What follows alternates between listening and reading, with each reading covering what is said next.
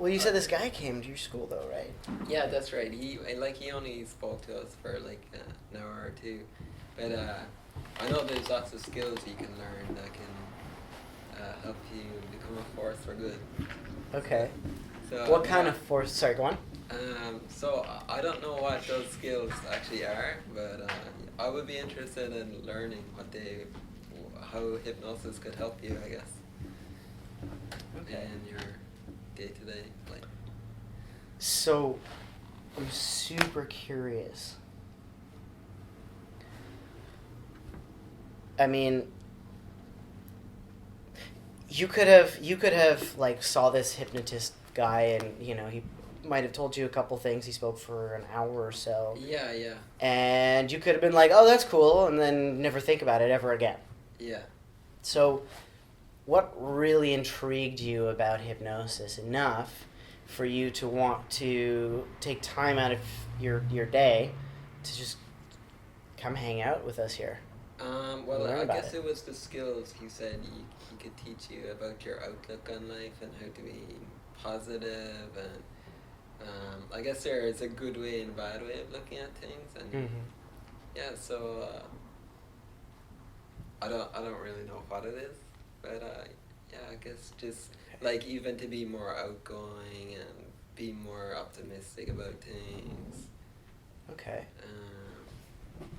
be more confident in certain situations. Right. To be more outgoing and optimistic. Yeah. Maybe like a little more confident Yeah, sure. in certain situations. Interesting. So, are those things that you want for yourself or for other people? Do you want to help other people do that kind of No, stuff? I guess or? it was for myself, but I was probably thinking yourself. about it, yeah. Okay. Like, yeah, there was sort of nothing really in particular. I guess just sort of the hypnosis thing is, I don't know, maybe it's a bit mysterious or something. Oh, you're getting sleepy, Yeah, sleepy. yeah. Right. So, yeah, and it's funny, as you begin to broaden your perspective on first of all, on what hypnosis is, which we'll talk a little bit briefly, and also how to use it. You'll find that things like confidence and optimism, these are things that that come with the skills of being a hypnotist, because it's a communication skill ultimately. Yeah. So you get to affect others in such a positive way that people see you in a much more positive light, and it's sort of like this, kind of like a snowball effect, right? Where Yeah. you make someone feel good, and that makes them like you, and then that makes you feel confident, and because you feel confident, you feel just generally good about yourself, which means you feel generally good about the world, which makes you a little more optimistic, Yeah. which attracts people who are looking for a brighter side to life, because you brighten their life, you feel even better about yourself. And when you feel better about yourself, people are magnetized towards you, which draws the kinds of people around you that you can basically pick and choose from. Oh, hello. Wait, That's okay. Come on in. thank you. Real. Hello. Nice to meet you, Nice to Maria. meet you. Maria, pleasure. I think we spoke briefly over the was that you, Fran, on No. Facebook? No, that's not you. Well, either way, I met somebody who called himself Fran on Meetup, but then their name wasn't actually Fran, and they mentioned that, so I thought maybe No. Okay. Maria. Maria, well, come in. Thank Bring you. your cake or sandwich. Yes, thank you. I haven't eaten the whole day, so I had to stop to get something. Thank Please, you. you can sit here on the couch. We'll give you this table. And just so you know, we are doing video recording of me, so that people like you who are curious about what goes on here can see it firsthand before they show up. Amongst other things. So if it's okay with you, you're not going to be in the shot. Okay. Sorry. No, that's good. Thanks. I like that. And we were sort of just in the middle of talking about some social dynamics and sort of how hypnosis affects your confidence and your optimism and that sort of thing. And what I just did there, by the way, was an example of what you could call a particular kind of frame, right? So frames, this is just a side note, we can talk more about this if it makes you curious. But frames, if you will, there's two kinds of frames. There's external frames and internal frames.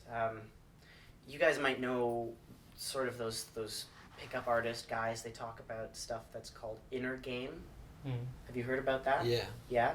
So what they're really talking about is frame control, right? They're talking about having an internal state or an internal frame of mind, an internal perspective that changes how you feel about the world despite how somebody else in your exact same situation might see the world completely differently. So people like Viktor Frankl, do you know Viktor Frankl, anybody? No?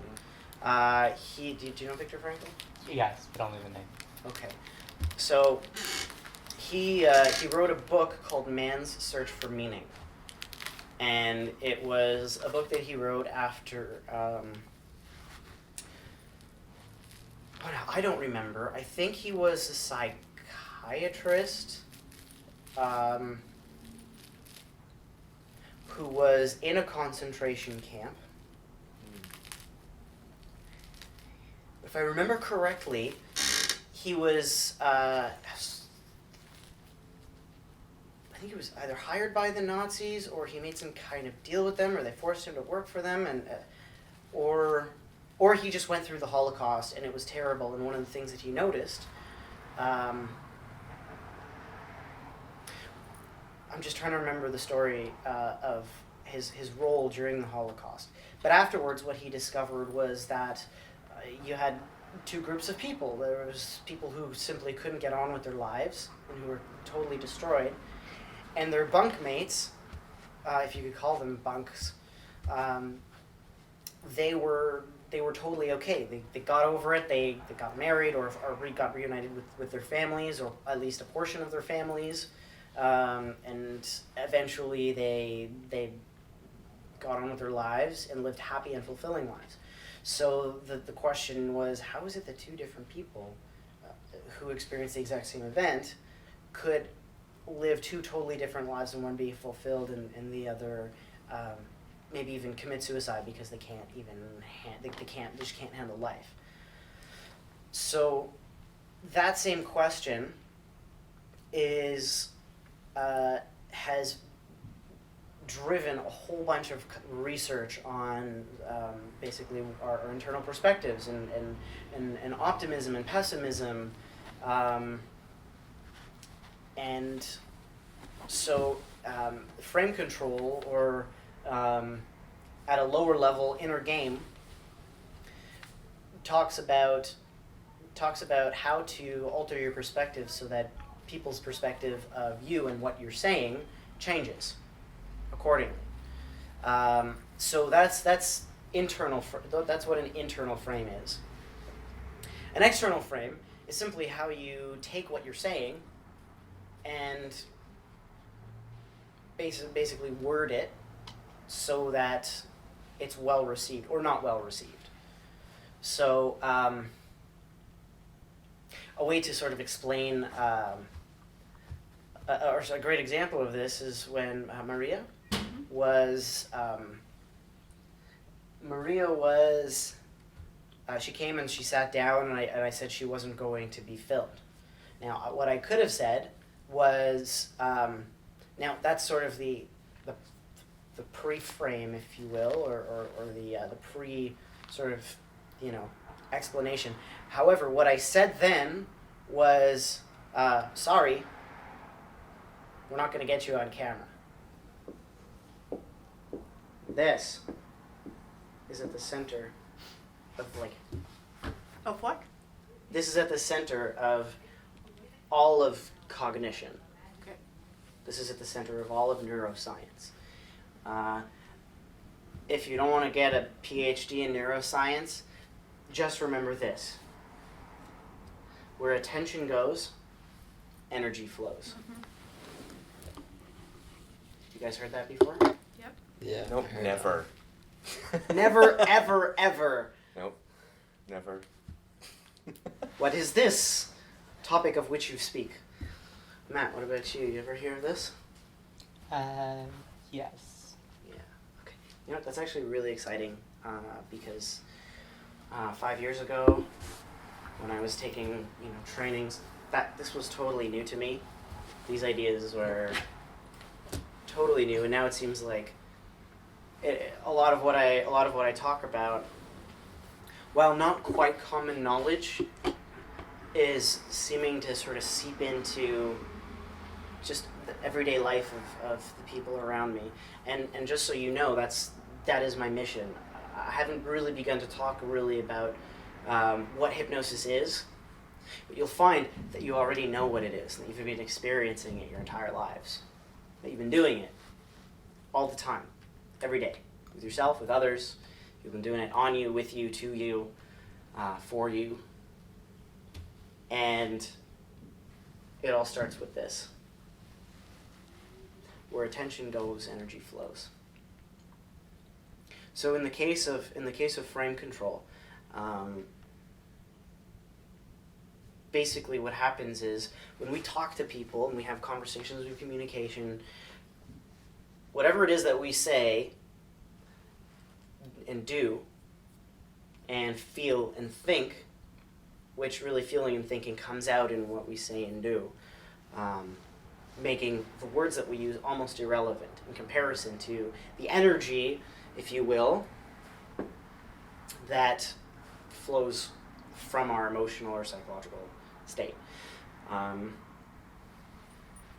In simple terms, what you think and feel will come out in what you're saying. So if you think and feel the opposite of what you're saying, people will know, they'll feel it, they'll see it. You don't need to be a hypnotist or a mentalist to read people. You may not know what it means. But you ever get that feeling like someone's talking to you and you're like, there's just something not quite right about this person. They're kind of cool and nice and charming, but like I get the heebie-jeebies or I get this weird feeling. You as a woman probably get this more often than us men. Being spoken to by men, you can sort of generally get a sense of their intentions almost before they open their mouth to say a word. So we have this ability as men too. It's just we're much more lost in our own heads most of the time. And these are all generalities, by the way. This isn't 100% fact what I'm saying. The social sciences are not facts. They're just they're statistics, which means that we can assume averages, and sometimes we can get really, really close to 100%, but there's still 100% generalities out there in the things that we know about people, and people change all the time. So when I spoke to you, Maria, and I said, you're not going to be on film, sorry. I focused her energy on Kenneth. What's going on, man? Okay, all right. Welcome. Yes, you did. Come on in, make yourself comfy. We've got Maria. Sit right here. Yeah. Oh, So, good Kenneth just got off the bus from Alabama. Ah, you're the Alabama Alabama man. man. Bama boy, y'all want to simplify it? Right Yeah, it was a journey all day. And I don't want to talk How many about hours? it. How many hours were you on that bus? From start to finish. It's like it was just 2 hours on the plane, but it feels like it's been 10 hours on a bus and on the transits, all that. Oh, yeah. I don't get that in Alabama. Okay, so Right. Where Okay, in so Alabama? hmm? Where in Alabama? Delville. It's a really small town. It's a couple hours from the capital. So this is like polar opposite. It's complete Yeah. opposite. literally polar. Yeah. Opposite. Way down here, y'all, all the way here, and it's freezing up here. Why? It is freezing because it's Canada. Oh my goodness. Canada is It's freezing. summertime where I'm at though. That's the See, problem. if this was last week, then you would have felt warm. Oh, let's see.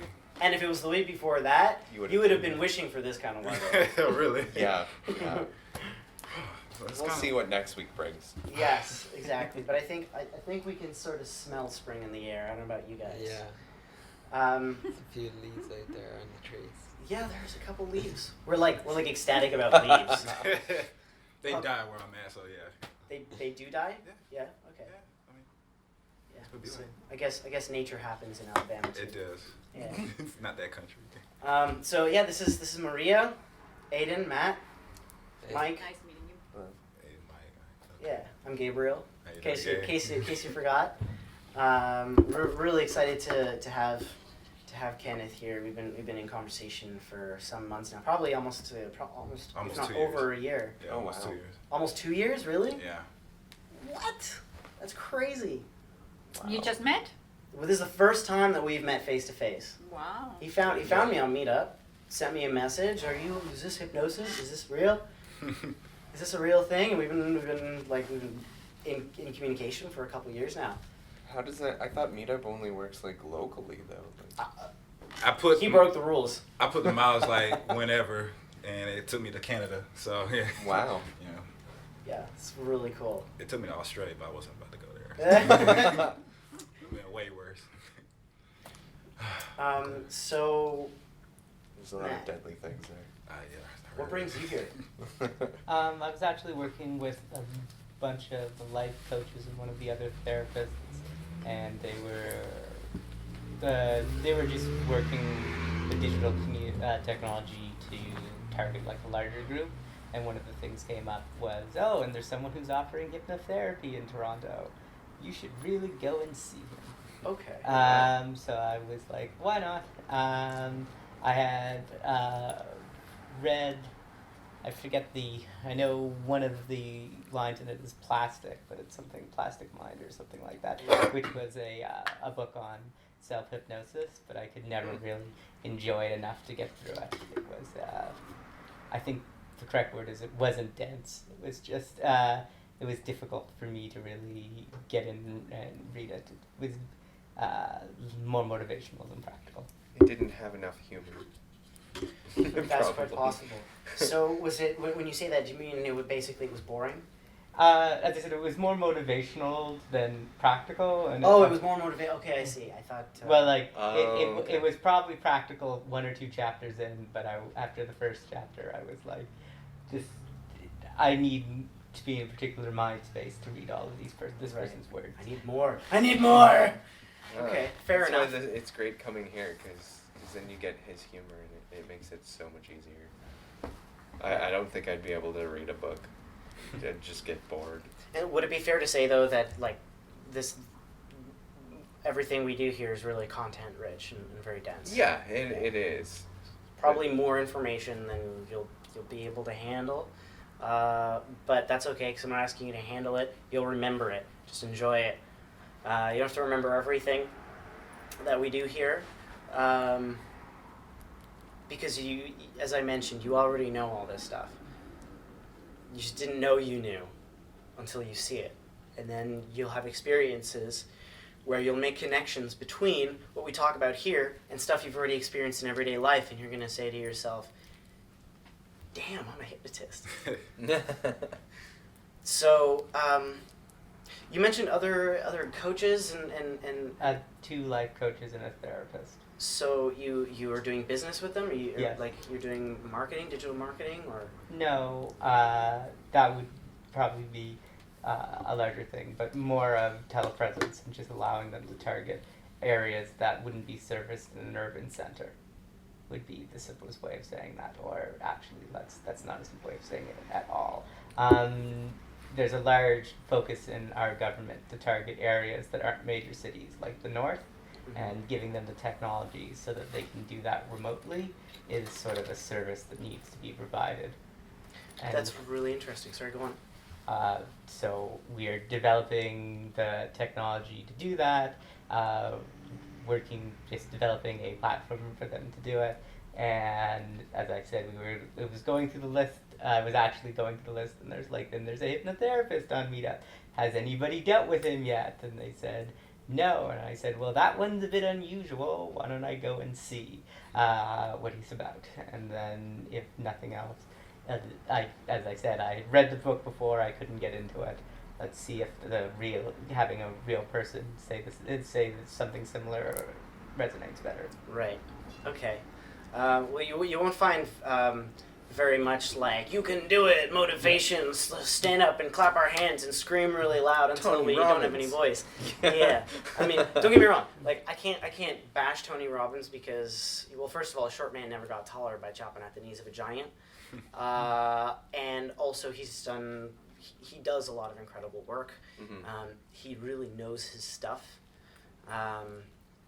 And if you can afford the exorbitant fees that he pays for private work, I'm sure there's nothing that you can't accomplish with him. The good news is that nowadays, as far as the private work that he would do with you, he's probably getting closer and closer to having an average skill set. Not that he's getting worse, but just the availability and access to the things that we, like the stuff that you're learning here, for example, the stuff I teach at my hypnotherapy certification, even the 3-day conversational hypnosis, which is why Ken is here. We're starting that tomorrow. The availability of this information is becoming way, way more widespread. And so I'm actually really glad that you're doing this project and making coaching and just psychology and communication tools available to people and giving opportunities to less metropolitan areas. One of the things that you'll come to realize with hypnosis is that it is the art and science of communication. Is The art and science of communication. It's how we talk to one another's and ourselves. And as a result, if you don't know you're a hypnotist, you're still a hypnotist. Which means you have a 50-50 chance, depending on your personality, of doing harm as well as good without knowing it. You also have a 50-50 chance, again, depending on your personality and life experience, of getting sucked into someone else's, let's say, crap. Yeah. Just because you didn't realize what they were doing until it's too late.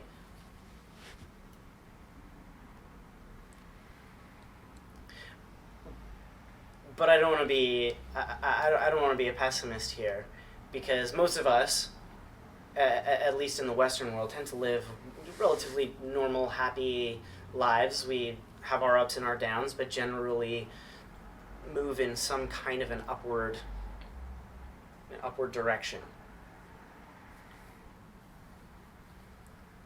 or at least forward.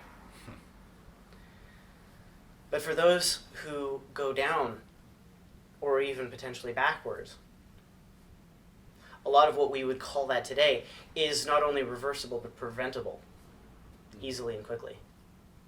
So today's topic, The Force for Good, is all about not just how we communicate in day to day, but in the nature of problems, in the nature of how what we do and say can affect people either positively or negatively, and how we can potentially be positively or negatively affecting ourselves. We think thousands and thousands and thousands and tens and hundreds of thousands potentially of thoughts every single day. Most of them are automatic, meaning that the thoughts are happening, you're not thinking. So there's a huge differentiation between thinking and thoughts.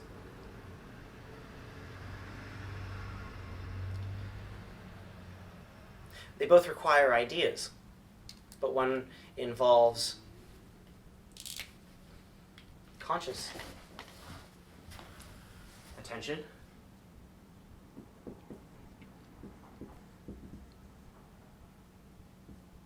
and the other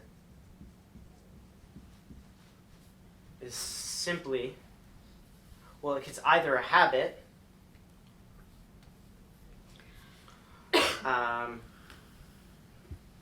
like, most people who, crave cigarettes, for example, they don't think to themselves, I think now will be a good time to have a cigarette. Let us start the craving sequence now. You That's how know, it worked with me. of course, right? However, if you can figure out how the craving sequence works, you can say to yourself, I decided that I don't want to smoke anymore. Let's turn that craving sequence off. Is it as simple as that?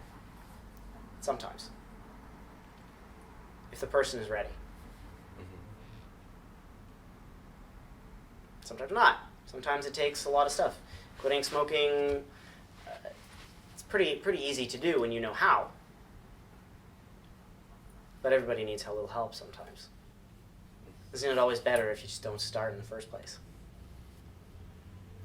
But of course, it's hilarious. My brothers smoke, and they have those little cards, those little packets, and the cards inside the packets, which you can pull out. And it's got like this Government Health Canada information, and on it, one of them, you get this just disgusting pictures as well, which desensitizes you completely to the idea of death because you see it everywhere, and you're like, oh, smoking, oh, I'm gonna die.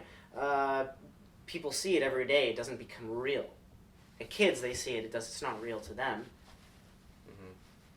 And you pick out this packet, and it says, never quit trying to quit. Does it really say that? Yes. Okay. With that spacing in that order. Never seen that before. Yeah. Let's see if I can find one. I'm gonna rifle through the garbage for you guys. Actually, there's one in the other room. Yeah? Yeah. Wonder if it's there. That says on the pack of cigarettes? Here, yes. No, there's no cards in here. Oh, it's not in there? It's okay. Is it here? Well, there's this one.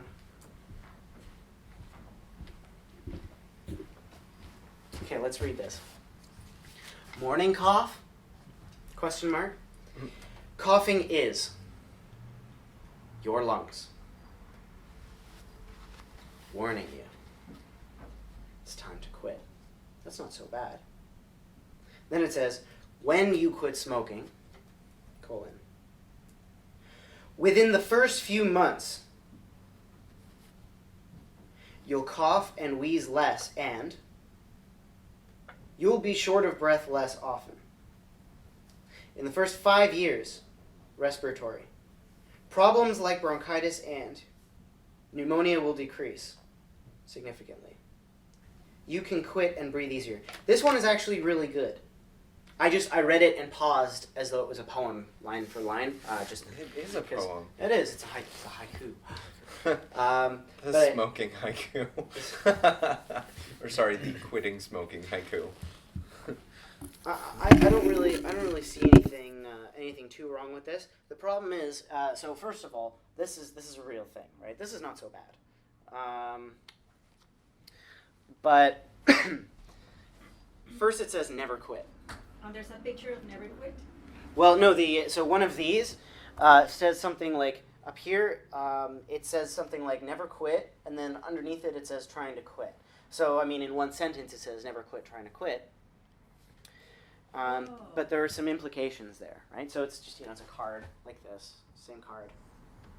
And then it's got all kinds of writing underneath here, and maybe a little picture. Oh, life is bad, you don't do that. No, it's got 4 eyes. Good picture, though. Okay. Does he have some acne too? Is that? No, those just he's got chin multiple hair? eyes now. Yeah, it's chin hair. Oh, and multiple eyes. Um, Smoking gives you multiple eyes? Yes. I'm gonna start. I could use some more eyes. I'm just kidding. I suppose. So never quit trying to quit. So first of all, there's an implication there in that whole statement, right? It says never quit trying to quit, which quitting is a verb, right? Which means it's an action. If you are quitting, then you are still smoking.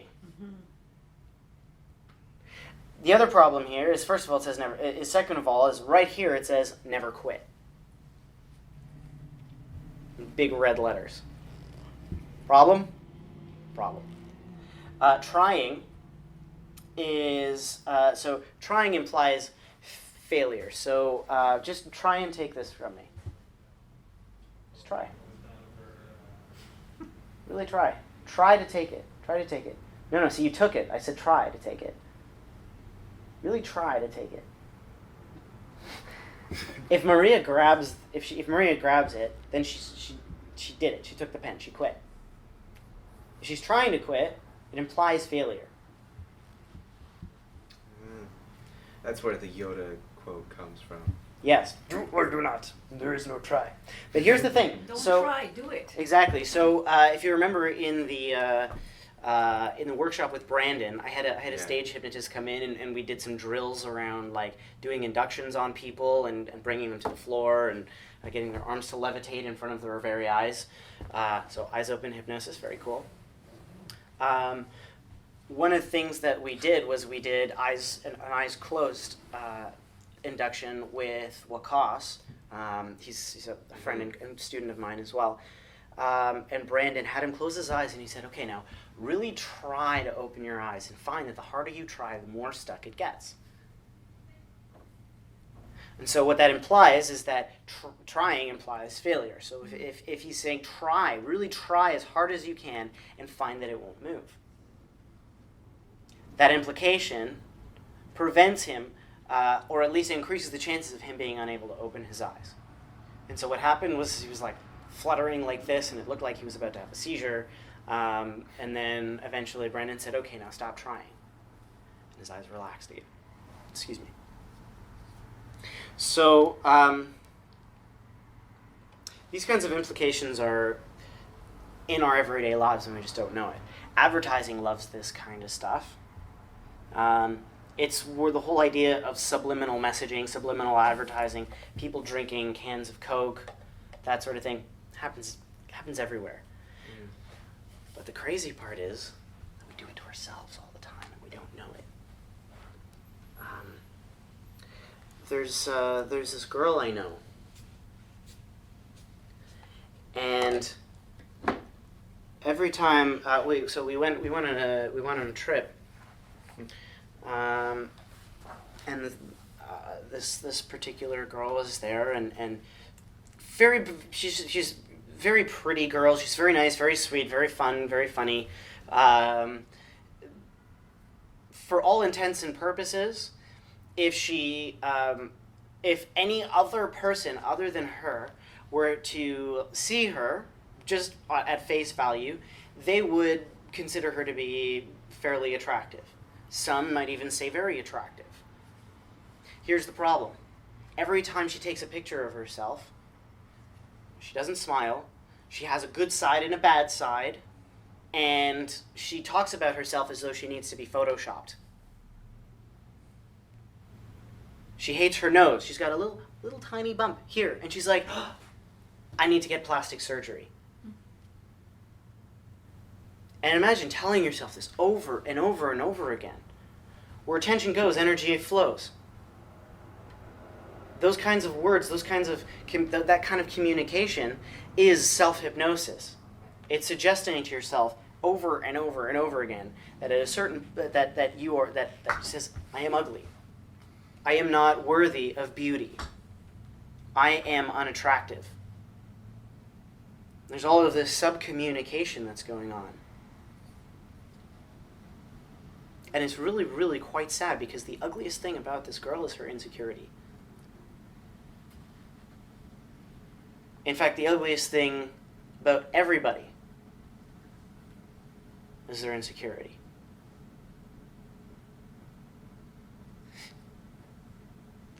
Both men and women alike who have this open zest for life, this sort of curiosity and charisma about them, barely even think about themselves. They're so focused on other people. I don't remember who it was. It was she was an interviewer for some kind of magazine. I think it might have even been Time magazine. And it was at the time where Clinton was being elected, and he had a competitor. I wasn't alive at that time, so I can't I can't remember who his other competitor was. What's that? How old are you? I will be 25 in August. Oh. Yeah. Okay, It would be Dole. Dole? Yes. yeah. Was it? It might have been him. Or it could have been. Dole doesn't sound right. Bob Dole. That doesn't sound like the right name, although it's possible. It could have been while he was. also Bush, because he beat Bush, Yeah, probably wouldn't have been Bush either. the senior. He might have been applying for, or he might have been running for senator or something like that. Okay. I'm not sure. But this woman was interviewing him and his competitor, and so let's say it was Bob Dole, just so I can give him a name. So she said, I interviewed Bob Dole, and he was, and we had dinner, and we spoke, and he was just, I felt that he was the most interesting man I had ever met. And she was just so surprised at all the things that he'd done, and he seemed so interesting and cool, and she said, well, I felt like, I felt so small and insignificant next to him. He was just so fascinating. And then then she went to interview Bill Clinton, and she said, the thing about Bill Clinton is that I felt like the most interesting person in the world. And that my whole life was the most interesting and inspiring thing. Based on that, she had estimated who would win, and she decided that it was going to be Bill Clinton who won, and guess what happened? He won. So, charisma, magnetism, personal energy,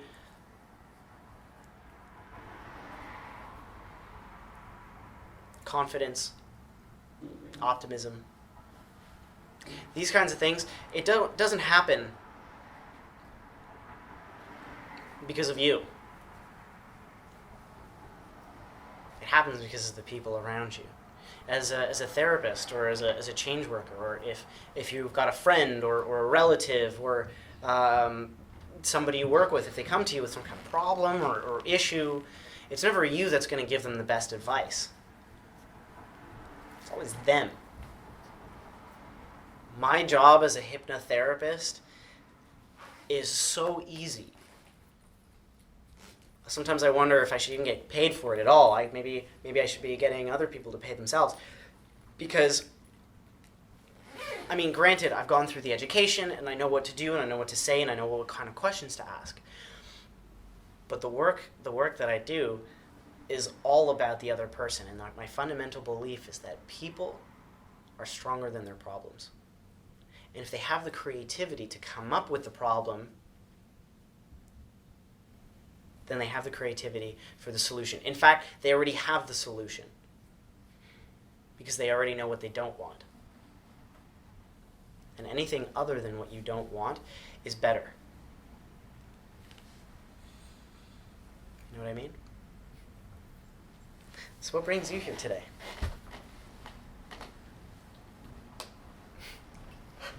Everything you have to say. Really? Wow. It's flattering. Okay. What about before I started speaking?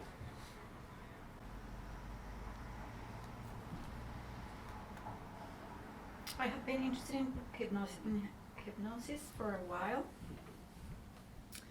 And yesterday I was going through all the groups in Meetup, and I saw this Meetup, and I signed up for today's session. Cool. Was there anything in particular about hypnosis that you thought was interesting? Were you more curious about like how to do it on others, or getting somebody to glue their hands to their faces? No, or I just wanted to know what it is from what you know, from your training and what you know about it. Okay. So, what are you hoping to learn or gain from what I know about hypnosis? Well, basically to know what it is Okay. and how it works. Okay. And I guess then it's just like a personal curiosity. You're kind of, it's always been in the back of your mind kind of thing. Like maybe it's real, maybe it's not. Or it's more for just you and developing yourself, or for other people.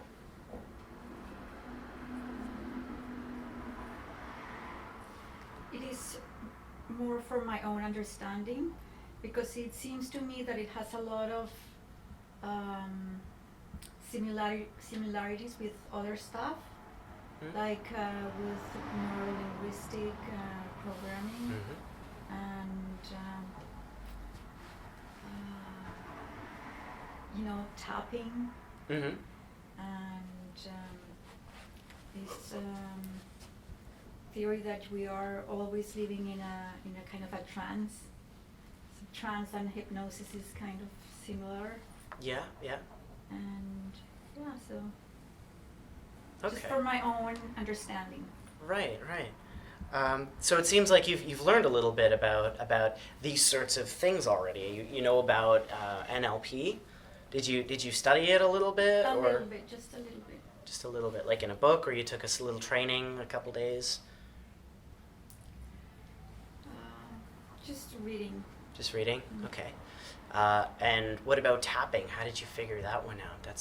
I guess it's becoming more popular now, but just so do you guys know what tapping I is? was about to say I never heard of tapping. Yeah, tapping. What about NLP? Do you Sort guys of. know what neurolinguistic Yeah, I programming is? heard of Yeah. Yeah? NLP. Do you know what NLP is? I know Yeah. NLP, but I never tapping. I don't know much about tapping. All I know Okay. is that there's tapping. There is tapping. There is tapping. I know more than the original tapping, more to this faster tapping. There's faster tapping Like, too. yeah, Okay. faster EFG, and the guy that does it is very interesting. Mm-hmm. So you went to a lecture. No, I've watched a lot of his videos, and I've read some of the books that he recommends. Mm-hmm. Yeah. Cool. So very briefly, tapping is. It has to do with meridian points. Mm. A little bit. You probably know more than I do about it. I know how to do it, but that's all. I don't know why it works. In fact, I don't think anyone really knows why it works fully. And correct me if I'm wrong. But it works really, really well for helping emotional problems. In fact, tapping, or EFT, stands for Emotional Freedom Technique.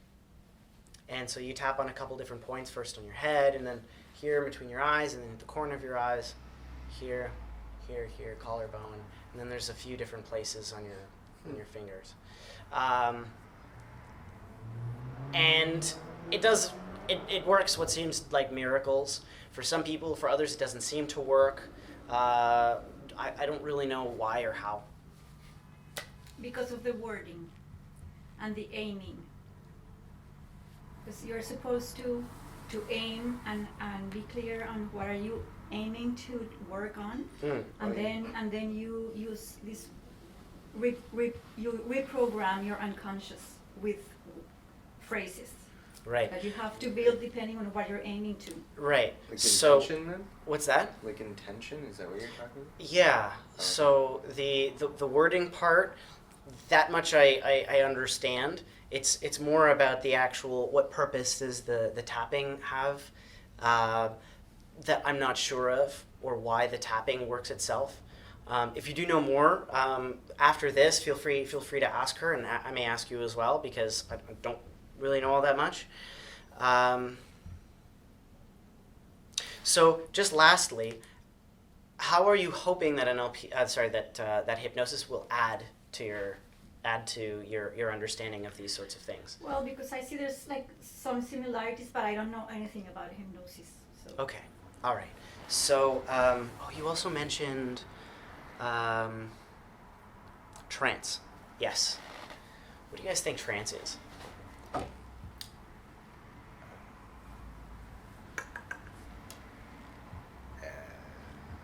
In a state that you're not sure why you're in.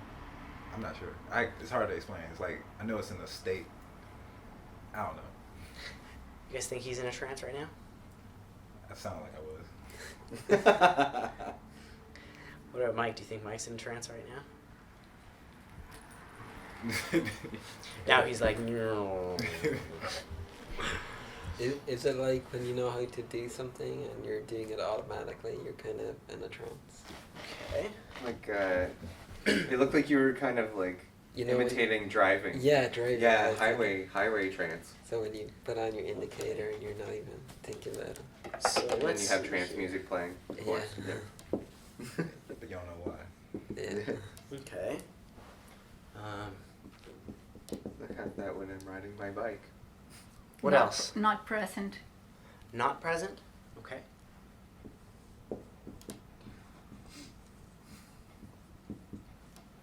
Daydreaming. Daydreaming.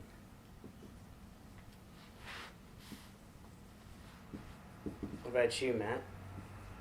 What do you think trance is? It's the separation of the conscious mind when you're doing an activity. So it would be like, as they pointed out, like when you're driving, you don't have a conscious or a memory of the activity. So when you're not conscious. Well, yeah, it's Conscious. It's interesting because, you put unconscious there and I think of you're asleep. That's what I think of. That's what I Unconscious. What else? When you're in the flow. In the flow. Isn't that interesting?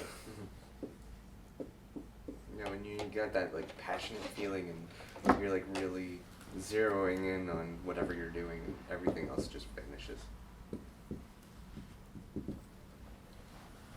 What else? What else do you think trance is? You get like lost in a memory too. List. Let's get list. List in a memory.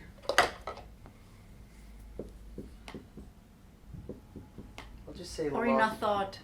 Yeah, how about lost inside? Yeah. Is that good? Yeah. Yeah. I like it. And just for, what about, what if you're not lost? I mean, do you guys remember the last time you were actually lost inside something? Yeah, it was like 5 minutes ago.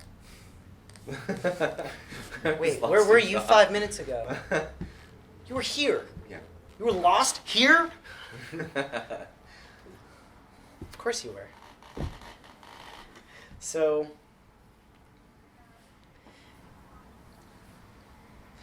I mean, the idea of being lost somewhere, though, implies that you're stuck, or you don't know where to go, or you don't know where you are, right? Have you ever daydreamed and knew exactly where you were, what you were doing, or what you were thinking about? Do you ever imagine a goal of yours in a future? Some invented future? Every day. Every day.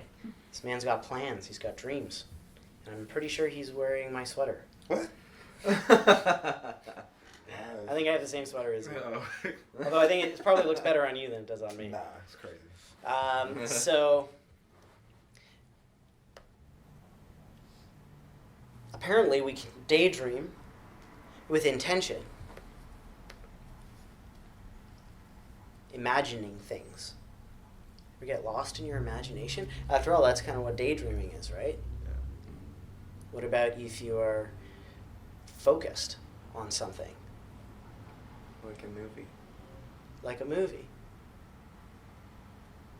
How do you go from being seated in a seat to transporting yourself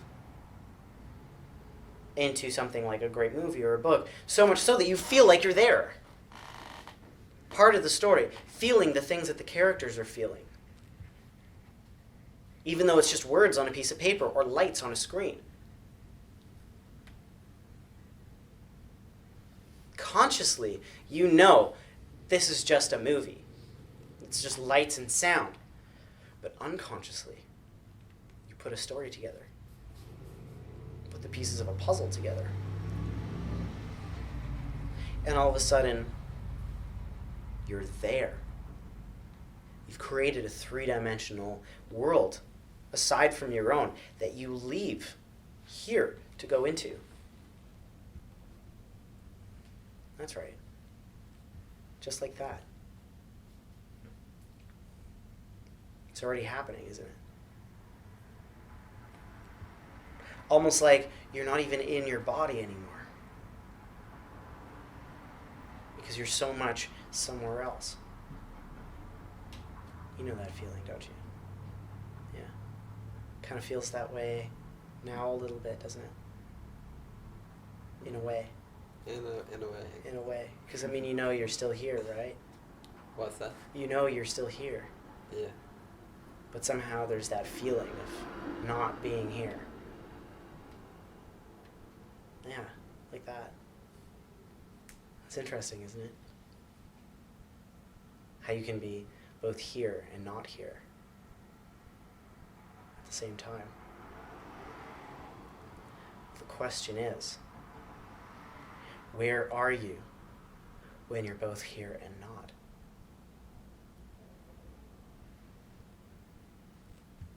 Both places. Both places, right? Yeah. And then what happens if you're more there than here? To the extent that there is here.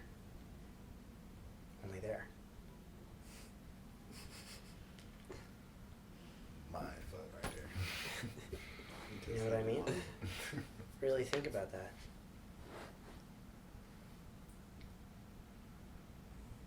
There you go. Does anybody think that Aiden is in a trance right now?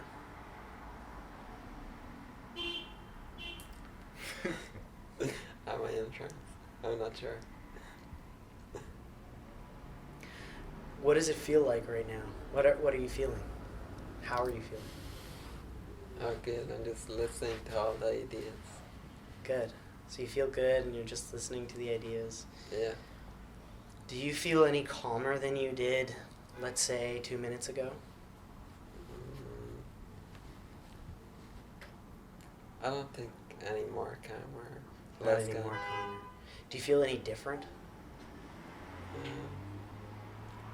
as you consider what it's like to be both here and not? I don't think so. You don't think so? No. Okay. I was sort of feeling tired, but maybe that's the trance. Maybe. Yeah. Maybe. Did anybody else feel different while I was talking? I felt a lot calmer. Yeah. A little calmer? Yeah. What about a little more confused? Yeah. A Yeah. little. A little? Huh? What? Were you feeling a little confused by what I was saying? Trying to make sense of the Yeah. ideas that I was putting together? Yeah? Yeah. And as you were feeling confused, what was it like to think about that?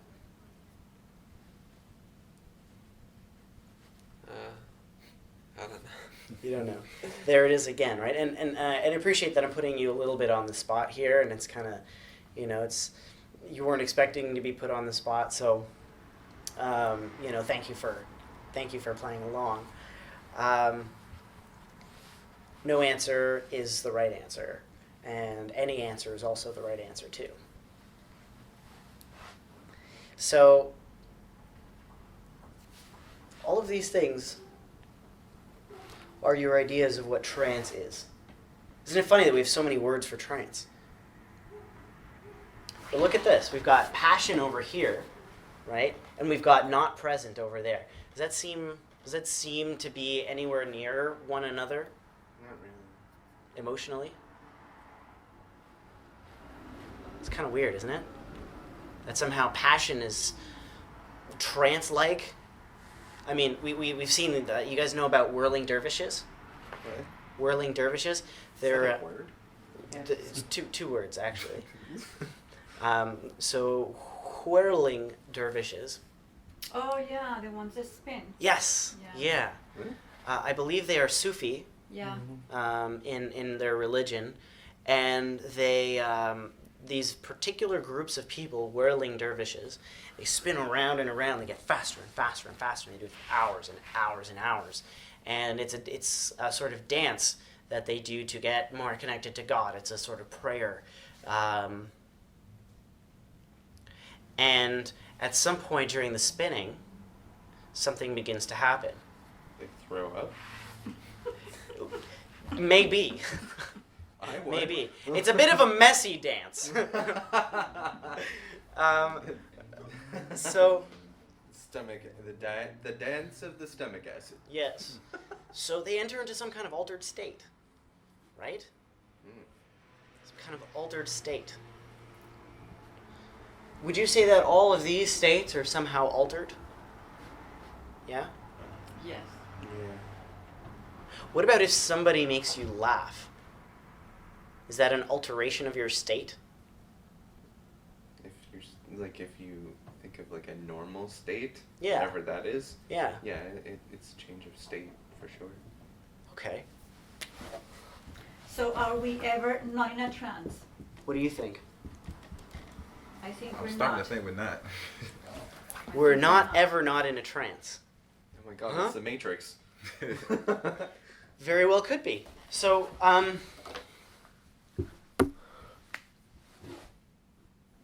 Such an amazing movie too. By the way. Just thought Love I'd it. throw that out there. love it. So, what is What? trance?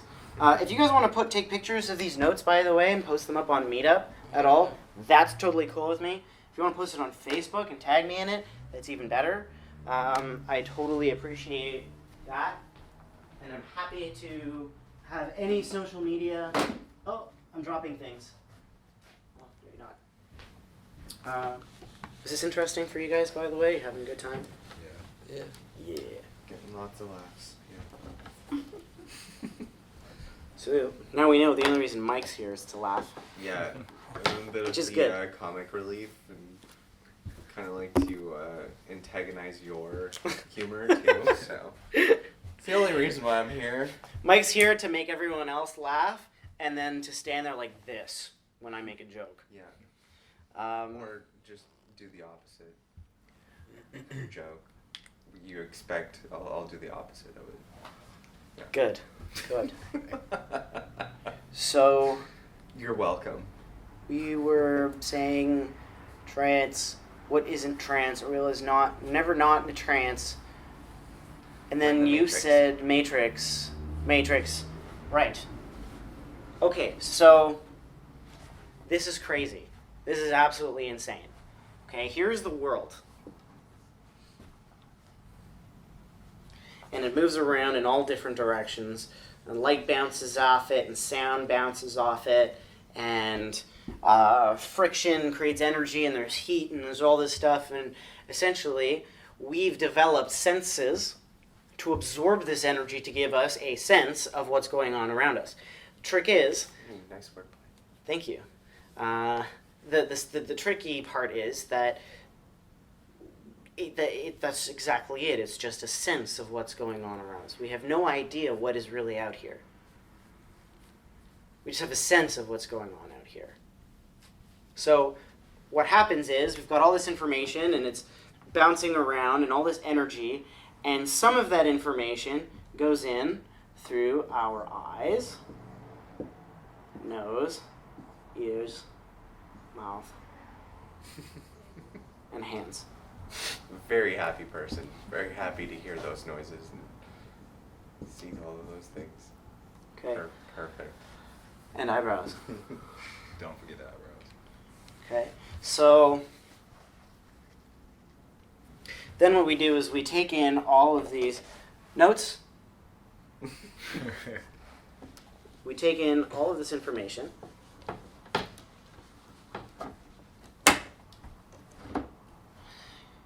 And it goes through our nervous system into our brains. This is the brain. Okay? It passes through our reptilian brain, our mammalian brain, okay, and finally to our prefrontal cortex, frontal cortex and then prefrontal cortex, which is really mostly the same thing. And then here's our eyes. Nose, mouth. So, Looks like a nice hat. yeah, it's a brain hat.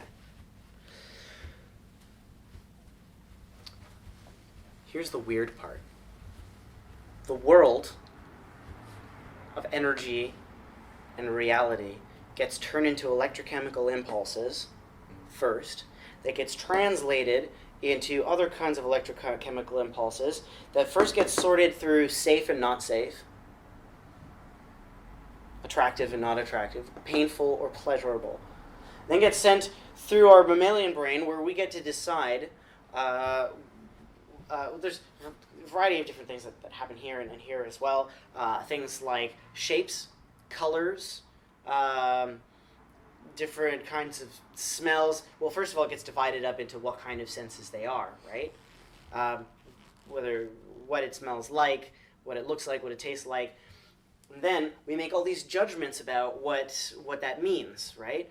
And putting the pieces together, because different parts of your brain do different things. If you see this, one part of your brain looks at the roundness of it, the other part looks at the color of it, the other part looks at what it's intended to do, the other part looks at what it puts it, it fits a label onto it, right? Pen, marker, whiteboard marker, which creates all these other associations, and these associations are different experiences that you've already had. Your memories, essentially. And then decides whether or not those memories were good or bad. Whether you like this color or not. And its relationship to everything else around it. Which, by the way, is how we can tell the difference between this and this, is the relationship. This is only here as a shape because everything... Okay, try and get this. We only see this because of everything that it isn't.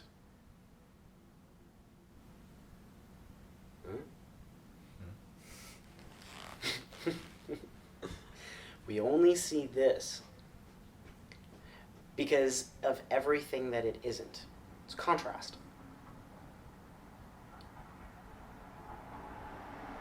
But we don't have time to get into that. Once it finally makes up all these associations, it goes through all those meanings of those associations, figuring out what's important about it, what kind of experiences you've had with it in the past that were good and bad, and what you believe to be true about it based on those experiences. And finally, at the very end, it goes to your awareness. Once it's filtered through it, your entire history, your beliefs, your morals, your values, your ethics, finally become aware of it. And you're like, this is a good pen. That sounds like a lot of work. Wow. Well, guess what? All we do is become aware of it. That's our job. Our job is, oh, this is a pen. It's all right. But all that stuff has to happen first. So here's the weird part. All of these places where all that stuff is stored is in the same place where our imagination sits.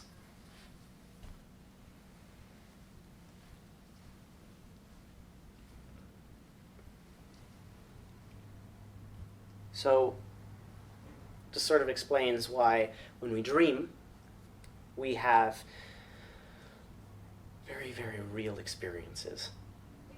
Sometimes waking up. Have you ever had that experience where you woke up and were surprised to find yourself in bed because you were somewhere else just a moment ago?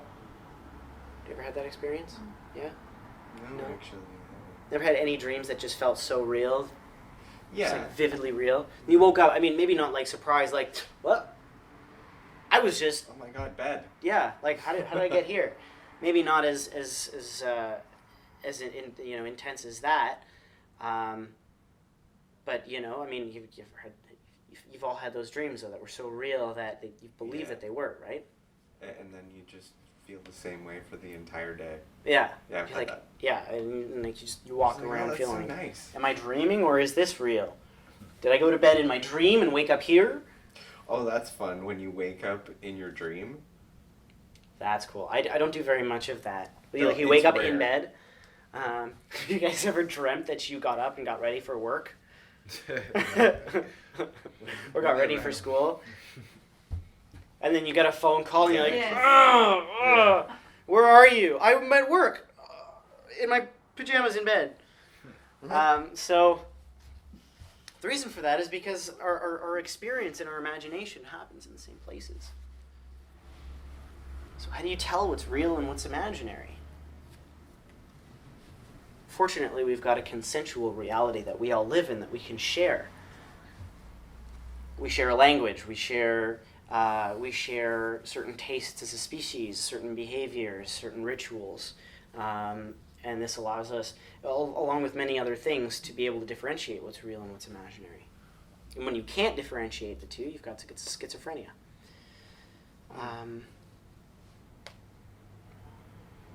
What do you guys think about all this so far? Really intriguing. Mm-hmm. Didn't really think about it that deep. Yeah.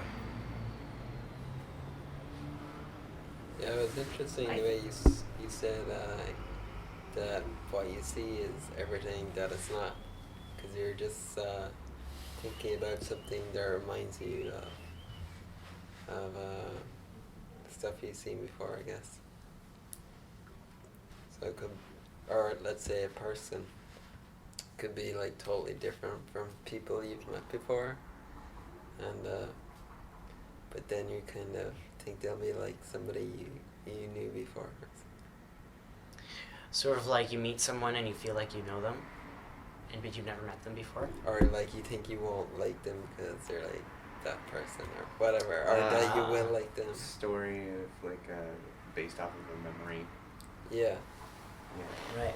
You see someone that looks like the teacher that you absolutely hated, Yeah. and they could be the nicest person in the world, or an ex-girlfriend, But you hate them. you know, and you hate them right off the bat, and you might not even know why. Yeah. Yeah. So maybe reality doesn't exist, because if everything goes into that very same place where imagination is, so then what's reality? It's really, really good question. If my perception goes there, so what's real? There's nothing real. Everything is my imagination. Everything is what my brain is telling me from previous experiences. Right. Unless you're a baby. No. Right. So 'Cause, yeah, you raise a very important point. What I don't want to say is that reality doesn't exist, because we're here, right? Yeah. However, your experience of reality is 100% created by you.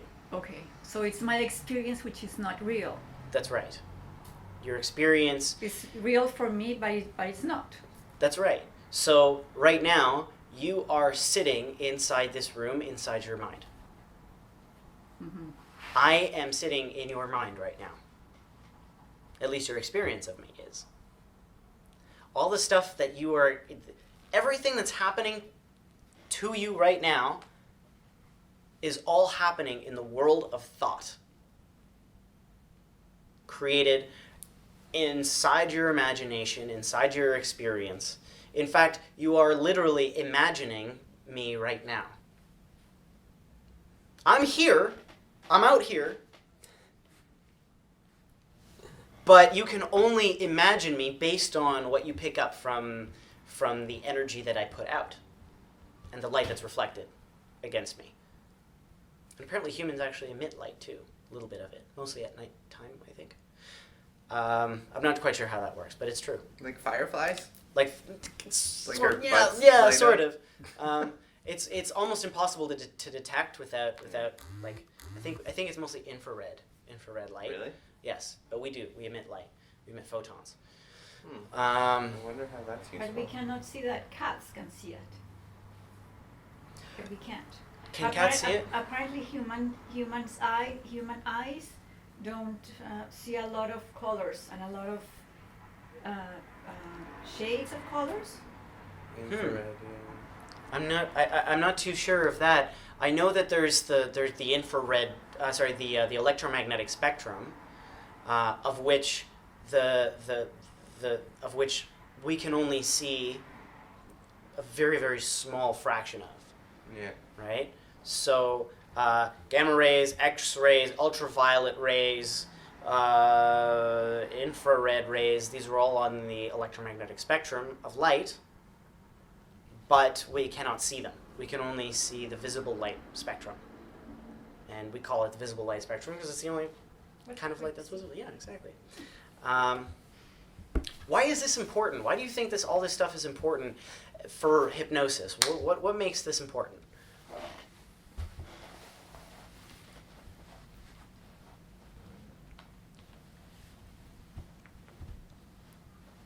That's what we have to work with. It is what we have to work with. That's what we need to work with, actually, to make change. We have to work with what's there. Okay. So, tell me more. Well, we all have our own programming. We all have our own memories and ideas and our own language, and in order to create lasting change, we have to work with that.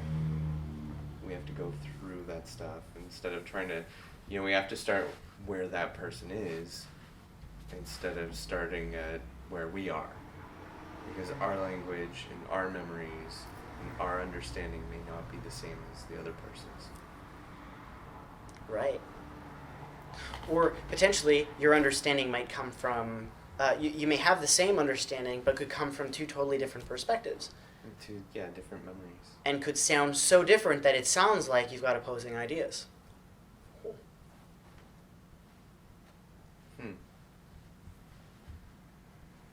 That I'm having a hard time understanding. Well, two people could value, let's say, family over everything else. Okay. And only want the safety and well-being of their families. They say like attracts like, right? We like people like ourselves, right? Now, if somebody values their family above all else,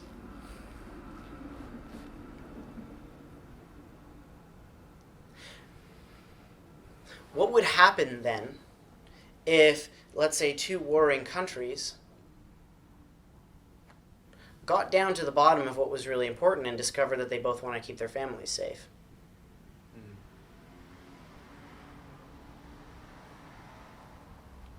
As a fundamental value.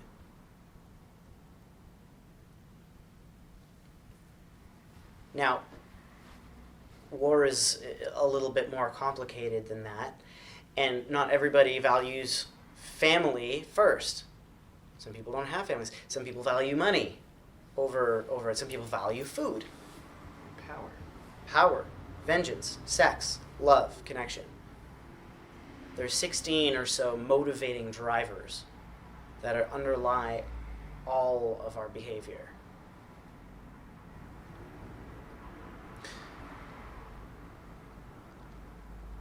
The other thing is that all of what we construct as our reality is 100% flexible. That's interesting. 100%. So hypnosis must be like a tool to go there and change, reshape. Yes. Absolutely. Absolutely. What do you think about that? I want to know how it works. Okay. We all do. It's cool how it works. How it works and how to when it works. and how to make it work, you know? How to make it work. Okay. What time is it? 8:33. 8:33. Okay, so let's take a short break then, and you'll find out after the break how it all works. Sure. Excellent. You have to give people a results.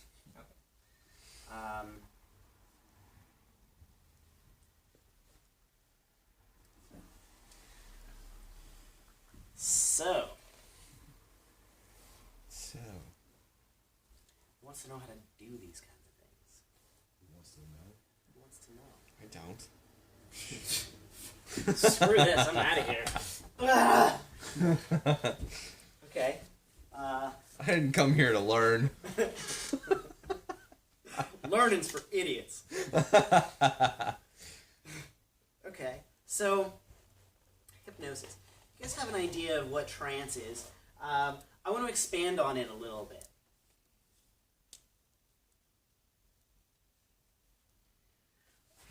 We're going to talk a little bit more about this in the training, either tomorrow or after tomorrow. But we've got these sort of rooms in our minds. This is very general and not actually true. It's just a metaphor. Just for the record, we've got these kind of rooms in our minds. I have actual rooms. I've painted them. They have toys in them. I don't want to know what kind of toys you have in your rooms. I don't know what you painted them with. So we've got some Toothpaste. Yes, we've got a yes room, toothpaste, shoe polish. We've got a yes room. We've got a no room. We've got happy rooms and we've got sad rooms. We've got rooms of all sorts. Oh, look, he's got little creases in this. And depending on what room we're in, it makes it very hard to sort of access any of the things that are in the other room. So if you're in the happy room, that's where all your happy stuff is stored. This is where sort of state-dependent learning comes into play, right? So, and this sort of is the general explanation of how, like when you go to do an exam, you ever have that experience? I don't know if you've all had the experience of being in an exam and realizing that all the shit that you studied is now gone from your head. You ever had that happen? Mm-hmm. Yeah? Huge reason why that is because you were not studying in the exam room. You were studying in, if you have a special place in your house, let's say, that you study, or a place in the library that you like to study, that's the place where you stored all of your information. You had a particular state of mind while you were studying. Maybe you had your cup of coffee there, and some snacks, or maybe a glass of wine, and you just sit and you do your thing, and you're sort of comfortable, you're learning. Maybe you've got a little bit of pressure thinking, oh, I hate this course. But at the end of the day, you've established a sort of,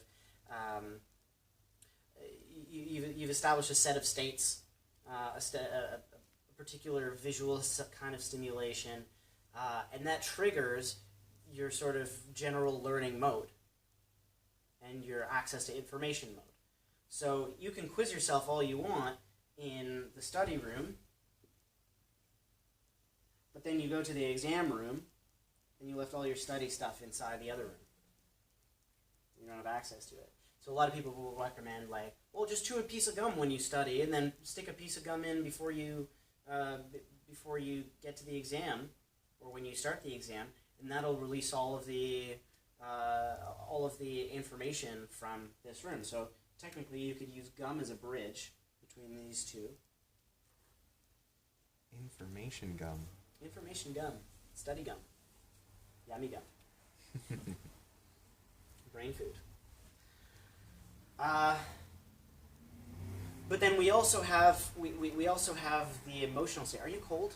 No. No? Yeah, you You sure? sure? Well, we have heaters. We No, have, okay, okay. okay. Anyone else cold? No? Okay, well, I guess I'm going to turn on the heat.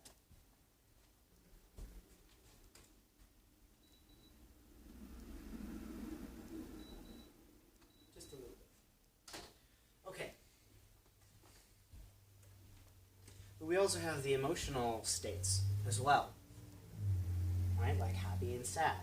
If you're relaxed when you're studying and then you go to your exam and you're all stressed out, the only thing you're going to think of is all the shit that stresses you out when you're stressed. Thinking, oh God, I'm never going to pass this test, I'm going to get bad grades, I'm never going to get into university, I'm going to do terribly, I'm going to forget everything. And what happens is you create this sort of self-fulfilling prophecy. Everything that you say comes true because you're all worked up, and worked up stuff starts to happen. But when you're relaxed, all the relaxed kind of stuff starts to happen. Like when you're in love. Ever hear the expression wearing rose-colored glasses? Mm-hmm. over by a bulldozer and you're still having the best day in the world. Nothing can faze you. You can lose an eye. And I can see clearly now the rain has gone. Right? So,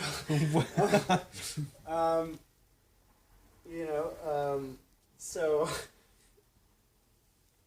Just imagine if you're holding your eye and you're just still having a go, I'm alright. I can see clearly now out of my one eye. So, what's important here is that your mood is going to dictate what kind of information and resources you have access to.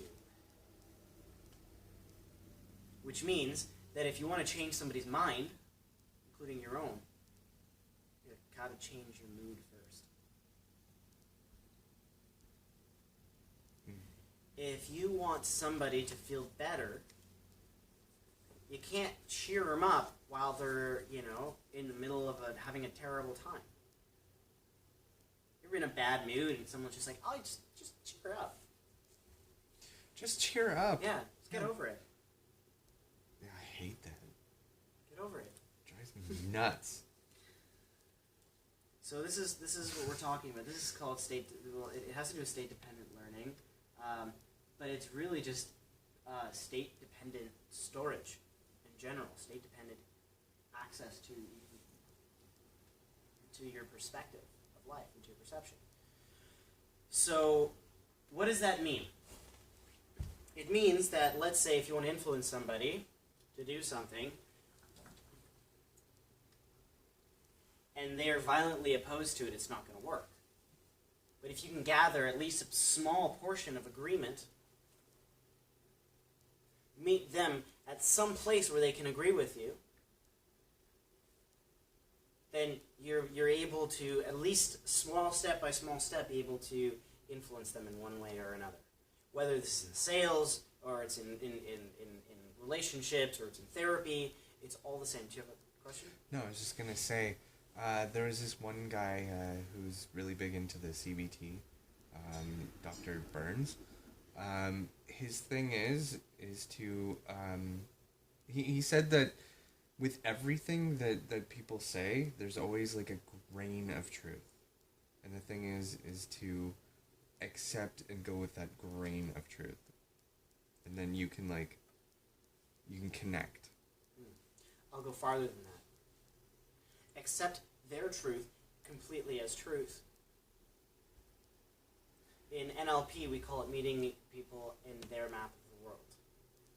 Right? So that whole thing that I just showed you about people's perceptions and not actually being reality, and that sort of thing. So in the neurolinguistic programmers will say the map is not the territory. The map is not the territory? The map is not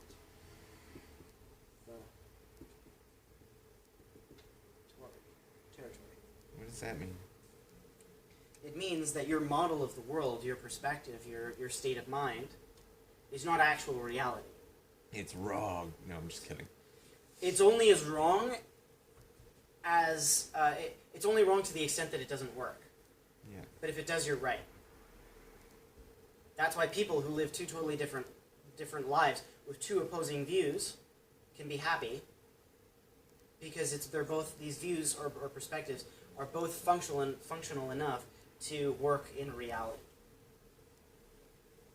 Throughout all of history, every single one of us has been bred from an unbroken chain. Our lineage goes back to the first living organism. So we're all family. Welcome. What that really means, though, is that we've been bred for success. We've spent millions of years learning how to maneuver through reality. We are designed to be successful. I think I told this one to you already. Yeah. We're designed to be successful. Everything that we can do is because of that entire history. If even one person or one organism messed up in our lineage, we would not exist.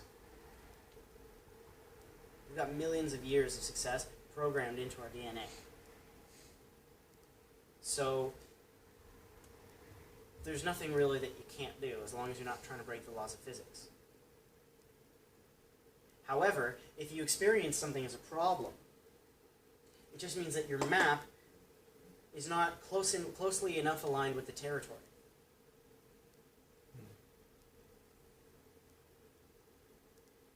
Which means that if you're here and this is your map, you've got a sad map.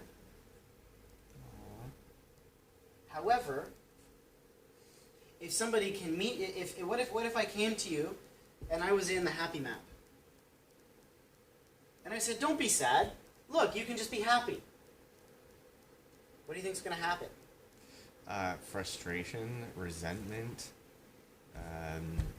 depression, hopelessness, a whole bunch of negative stuff. Right. All happiness is going to do to somebody that's unhappy, just make them more unhappy. And have a unibrow. And have a unibrow. Happiness makes unibrows. So, oh no, beware. I should never be sad ever again. or No, I you should should never be be around. happy I ever should again. never be around Opa. happy people. So the key is if you want to help somebody become less happy, you at least in some way, less unhappy. Less If you want somebody to be less happy, if you want somebody to be less happy, just introduce them to one of these. Say, yeah, say. So. we this is what the workshop is for, to make people less happy. I lied about the hypnosis, guys. This is really a violence workshop.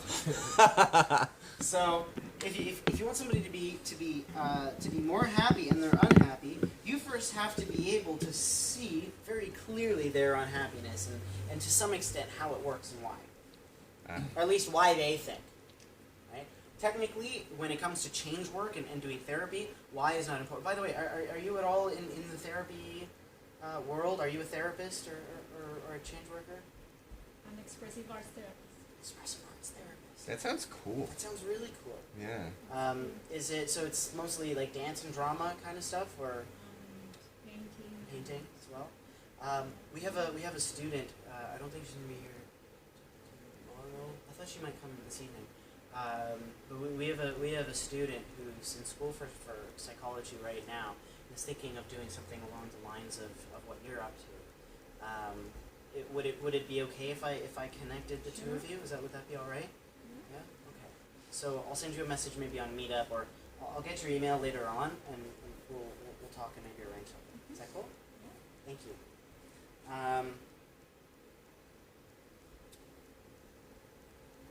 So why is not very important, because when you ask why,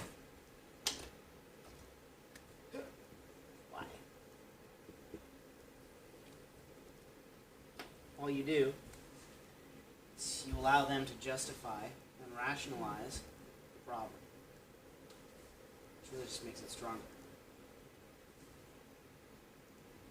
So they're strengthening the pathways in their brain of all of the crap. Yes. So, because why?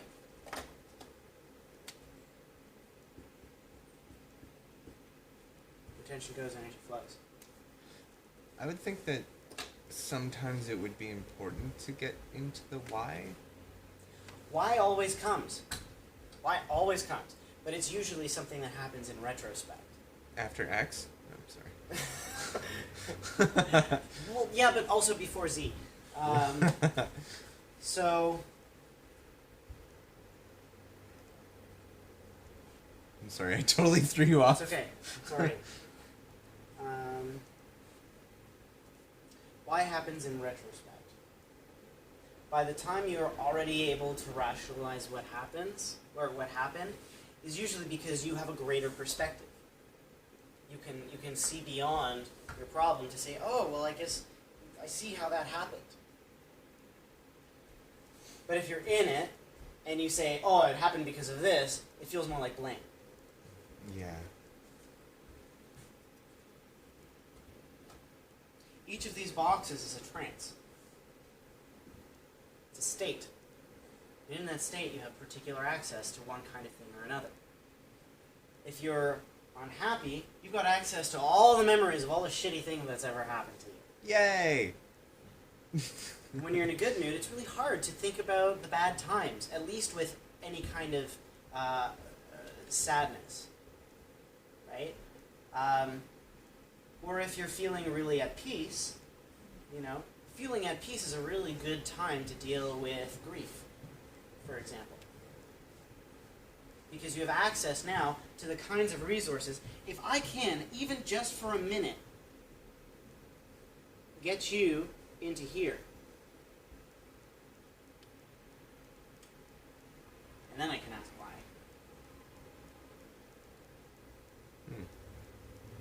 Although not necessarily then. But if I get you into here, and I can really reinforce this feeling for a short period of time, distract you from here, put you there, you can come back in here and maybe begin to break down these barriers a little bit.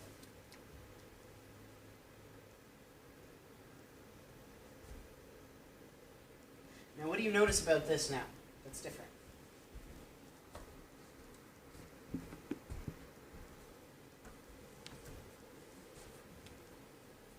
It's got holes in it. It's got holes in it. This has got holes in it. So, Your sadness is leaking. Thank you. I was Thank just you. joking. But it's true, because once you've begun to poke holes in somebody's problem, those holes are very easily permanent. Once you start altering the neurology of somebody's problem, that network becomes permanently altered. Right? If you add a little bit of this into here, it becomes really hard to feel that way.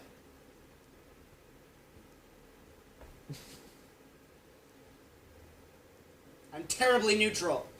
That's what it looks like. Maybe a little bit vampirish too, No, that's true. but it's the somewhat happy vampire Yeah. Oops. You know, and then eventually it'll be something like that. with the unibrow still. Nice. And then maybe it'll turn into one of these. But once you can do this with your problem, even just once, you fundamentally altered the neurological structure of the problem. You can't go back. There can be a part of it that you haven't dealt with, which can re-trigger the problem. Yeah. But whatever process allowed you to get there the first time changes fundamentally. Done. Problem. Not functioning in the same way, and that's permanent. If you can and then once you have this. Sorry, I can't fix the unibrow, buddy. Need tweezers for that. Once you've got this. Okay. Once you've got this. Still a unibrow. What ends up happening is it becomes a reason. Let's say you still have other parts of the problem, right? Yeah. And this is any problem. This isn't just depression. This isn't just claustrophobia or a phobia. This isn't just some past anger or resentment issues or abandonment issues. It could be just an argument between two people. It could be somebody's worldview on, I don't know, what's happening in the Middle East. It could be a political, some kind of political debate. Wherever there are emotions, you can alter them by using language, by using visual representation, or musical representation, physical representation. They're all metaphors for X, the problem. and they're also all metaphors for the solution. Everything is a metaphor, which is just a symbol. Everything that you're experiencing right now is a metaphor. The only thing that isn't a metaphor is the reality out here that we can't actually experience. Which means that I We could take can't. experience. We can't We can't, experience. not directly. Through our senses we can. At least as far as I know. I haven't been able to leave my body I've never had like an ayahuasca experience before. Ayahuasca. Ayahuasca. It's another topic for another day. Okay. Which I also don't know very much about. It'd be a very short topic then. Got Yes. Yeah. Essentially, it's a spiritual awakening drug, and Oh. it can be used. It can be used for many things. It's treated terrible addictions. Used very well by Dr. Gabor Mate to treat all kinds of stuff. I think he lives in Toronto, actually. Do you know Dr. Gabor Mate? Fascinating. Everything, whether he's talking about ayahuasca or he's talking, the man is. This ayahuasca. That's interesting. Consistency, Gabriel. Consistency. Capitals.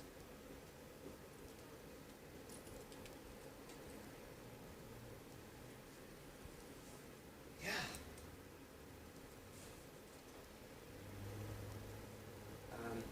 He uses ayahuasca, but that's small peanuts compared to his entire repertoire of stuff that he does, and his knowledge of. I've heard stories. If you go to one of his workshops and you open your mouth, for a second, be prepared to dive deep into the depths of something that you didn't even think was a thing. Come out on the other side.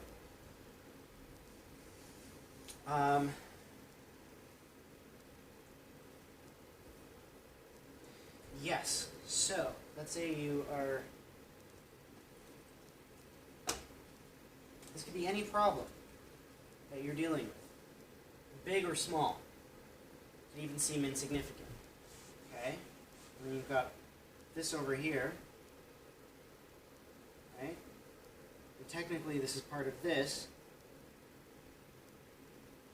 Okay, let's say this was like these two were the same things, but let's say, I don't know. Let's say this was the general, like, this is how I feel, and this is some kind of trigger. Let's call it duct tape.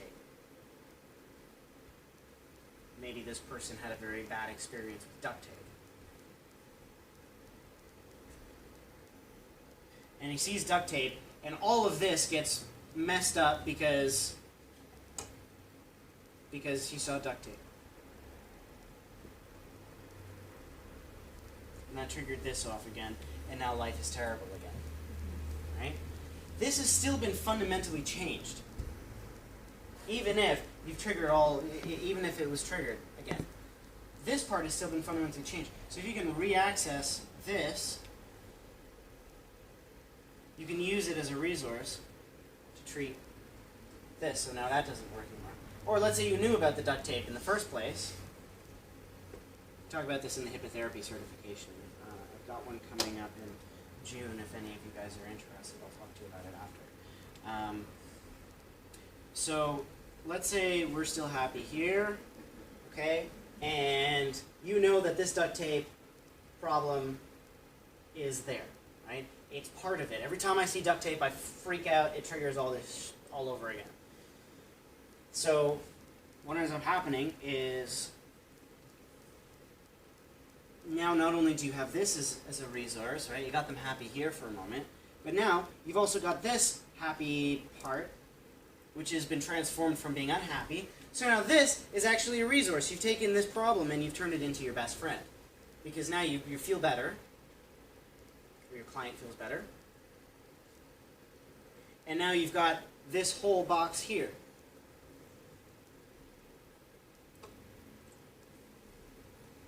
Now this is one set of resources.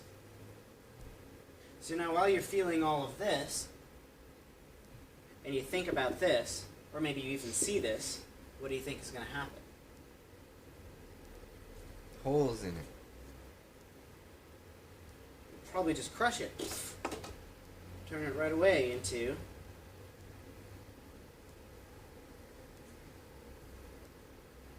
happiness. Or whatever. Just feeling good, feeling better, feeling normal. Because there will be no resonance. Potentially, what do you mean by resonance? Like this just wouldn't make any sense anymore? Exactly. It doesn't have where to attach or doesn't fit. That could be it. So that's definitely a part of it. It could also be that this particular part of the issue, right? Like people who are smokers, right? Hypnotherapy is the absolute best, bar none, hands down way to get somebody to quit smoking. It's one of the most well-researched psychological tools or therapeutic tools for treating smoking. Against everything else, it comes out way, way on top. However, a lot of people smoke in different circumstances, right? It might be that they get the urge to smoke at work when they're stressed. They may need to take a break. They might smoke socially. They might smoke when they drink. And any one of these things can trigger the same reaction. So if if they feel sad, they might smoke as well, right? So let's say you treated all of these, but you didn't realize, and they didn't realize soon enough to tell you that when they feel sad, they smoke again. Does it mean that the problem's entirely back just because they smoke now that they feel sad? If they still don't smoke when they drink, they still don't smoke socially, if they still don't smoke when they're stressed, if they still don't smoke when they're at work, is the problem back? No. No. Not fully. Because we still got this, right? At least this is good. Now, if they started to do all the other stuff, like smoke when they got stressed again and all that stuff, they would just recreate that, or or would they just not have that urge? They generally wouldn't have the urge unless they had another reason to keep doing it that we didn't realize, which would be secondary gain. Okay. You got secondary gain? No? So it's secondary gain. It is as it sounds. Basically what it means is that, let's say you help somebody, the change seems effective, but then they go back to it. It means they may have an alternative reason, an alternative benefit, some kind of unconscious benefit that they need or feel that doing that thing, doing the problem essentially, will help them achieve or solve or feel better about. Right? So if they do quit smoking and it's all of these things, and then they end up smoking again when they drink, there's another reason why they do it when they drink. It's not just when they drink. It's not just the association to that. There's something else there that we just didn't talk about. We didn't realize.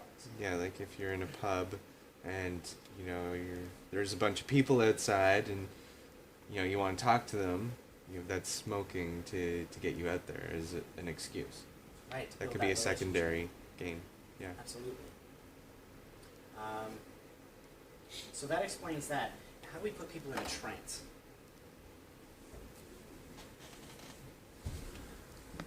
You guys want to take pictures of this? You're welcome to. I don't know if you need to or want to. So, how do we put people into trance? So there they are.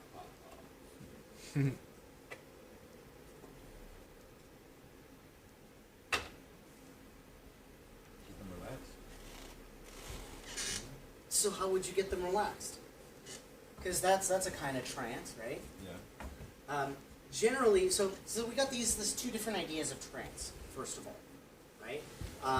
The first idea is what we would call a formal trance, right?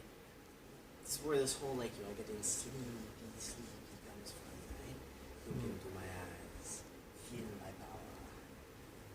power. And then we have she's feeling my power. It's working. So we've got that, sort of the kind of thing that you were experiencing, only didn't see what everyone else saw. And nice shoes, by the way. Oh, thanks. And then we've got this other idea of trance that we're talking about, where you can shift people's states. So I want to be very clear. Like, we're doing conversational hypnosis. Generally speaking, what I teach is conversational hypnosis. However, there are some aspects of formal trance that you will always see that will tell you that the conscious mind is receptive. That the unconscious mind is receptive. So,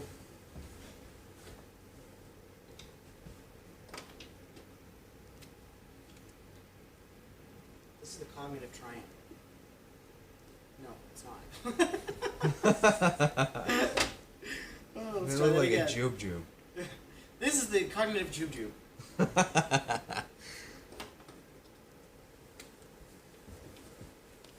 We have such a good color together. Thoughts.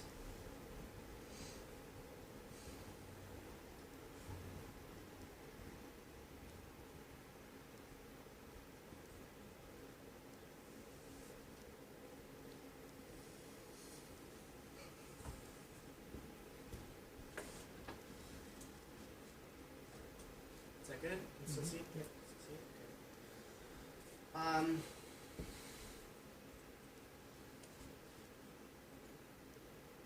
My definition of hypnosis, and the way we're going to be studying and practicing it tomorrow, you guys may have realized this is sort of very information heavy versus like actually practical and doing these things and that sort of thing. I've got trainings for that. But I won't be teaching you these sorts of things. This is all the background stuff that nobody really sees. So you're actually lucky you came a day early. Because you'll get to do all the things that I'm talking about tomorrow, but you may not have necessarily seen or known about this. Because tomorrow's, like, the next 3 days are going to be like super, super exercise intensive. You're going to be doing so much hypnosis that I won't have as much time to explain to you all the mechanics of what goes on behind the scenes. So, I mean, I give you enough to actually understand what you're doing, but I'd rather you walk out in the next 3 days and actually do all of, and you two, you're gonna be, and Mike's gonna be there too. This is your fellow student. Yeah. So where do you do it here? what's that? Do you do the hypnosis workshop in here? The trainings? Yeah. The trainings are done not here. I've got another office at Dundas Square, Oh, okay. and so that's where they're held. But I'll tell you more about it after. We will do one thing though tonight, if you are willing. So, the definition, my definition of of hypnosis, is that if you affect one of these, you affect them all. Right? Change somebody's mood, you change their mind. Shows you the rooms already. Those rooms have got built-in physiology, don't they?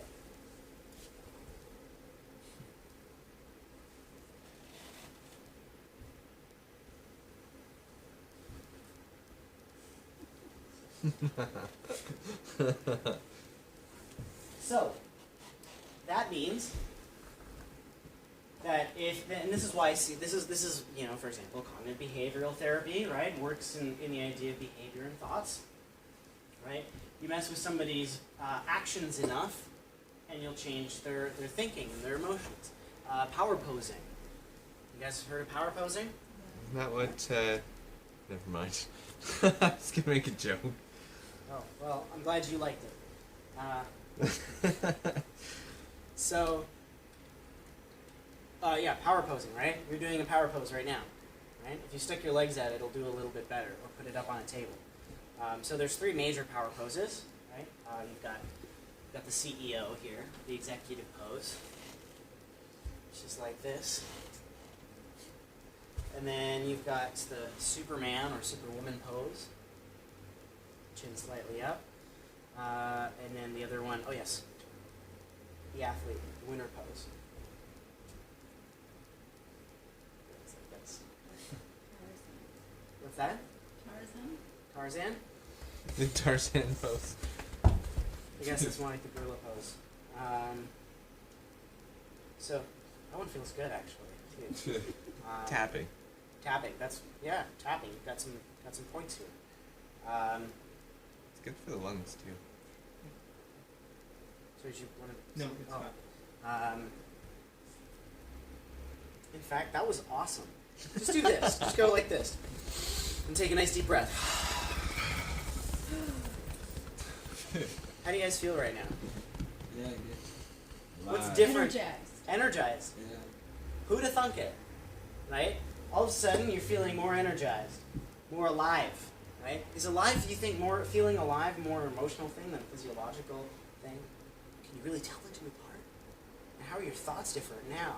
Or your mind, your state of mind itself, now that you've done that? We just did hypnosis. As broad of a definition as I could make it, that's what it is. But the question is, how do we do it? So now we've got this other kind of formal trance. Okay? Milton H. Erickson. Sort of the hypnotist's hypnotist. If you're a hypnotist, you know the name. So know the name, Milton H. Erickson. He was, I'll write it down.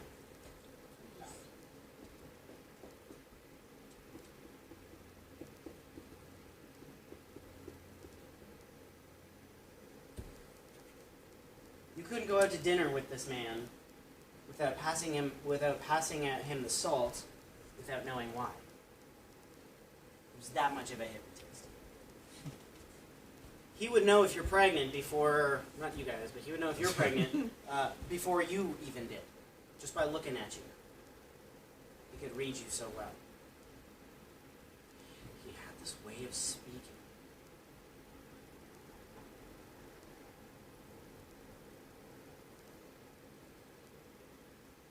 Nobody knew how it happened.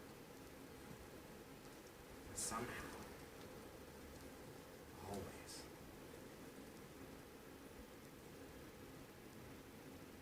that's right. It's already beginning now. You can feel it, can't you? So, let's talk about that.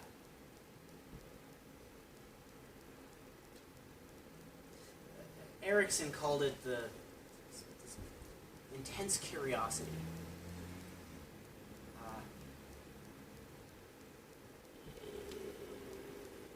Was it Carl Rogers that called it high positive regard? Do you know?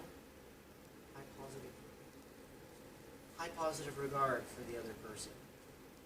I think it was Carl Rogers. We call it H+. The intense desire for something positively hypnotic to happen. That's why it's called H+. Yes. Oh. But again, it's just a metaphor. This has to do, again, with internal frame, our internal state of mind, guiding the interactions that we have with other people and our interactions with the world around us, our perceptions of it. How you feel will determine how people interact with you. Call it holding space, therapeutic world. However, oh, the bottom of your shoes are so pretty. I didn't even know that, she says. So, we can call it holding space, high positive regard. Milton Erickson would say that hypnosis is anything but a casual relationship. Because when hypnosis starts to happen, you're creating almost like a bubble. And that bubble surrounds you and the person that you're hypnotizing. And it's a connection that can be directly felt. To some, it can feel uncomfortable at first. What the hell is this dude staring at? This is weird. And all of a sudden, you pop. You're there. Am I there? I'm right here.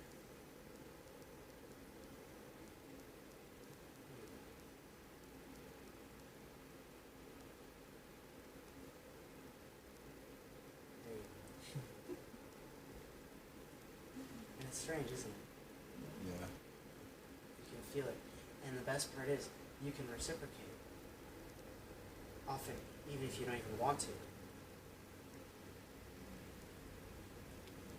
It's the sort of connection that breaks the boundaries between people. It's not magic. Anyone can do it. It's easily learned.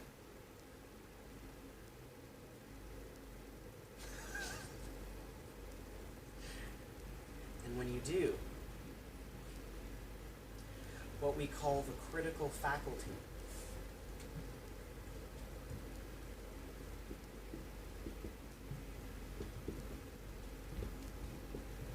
some people call it the critical factor, critical faculty. Imagine if you let's economize. Imagine that this is your mind.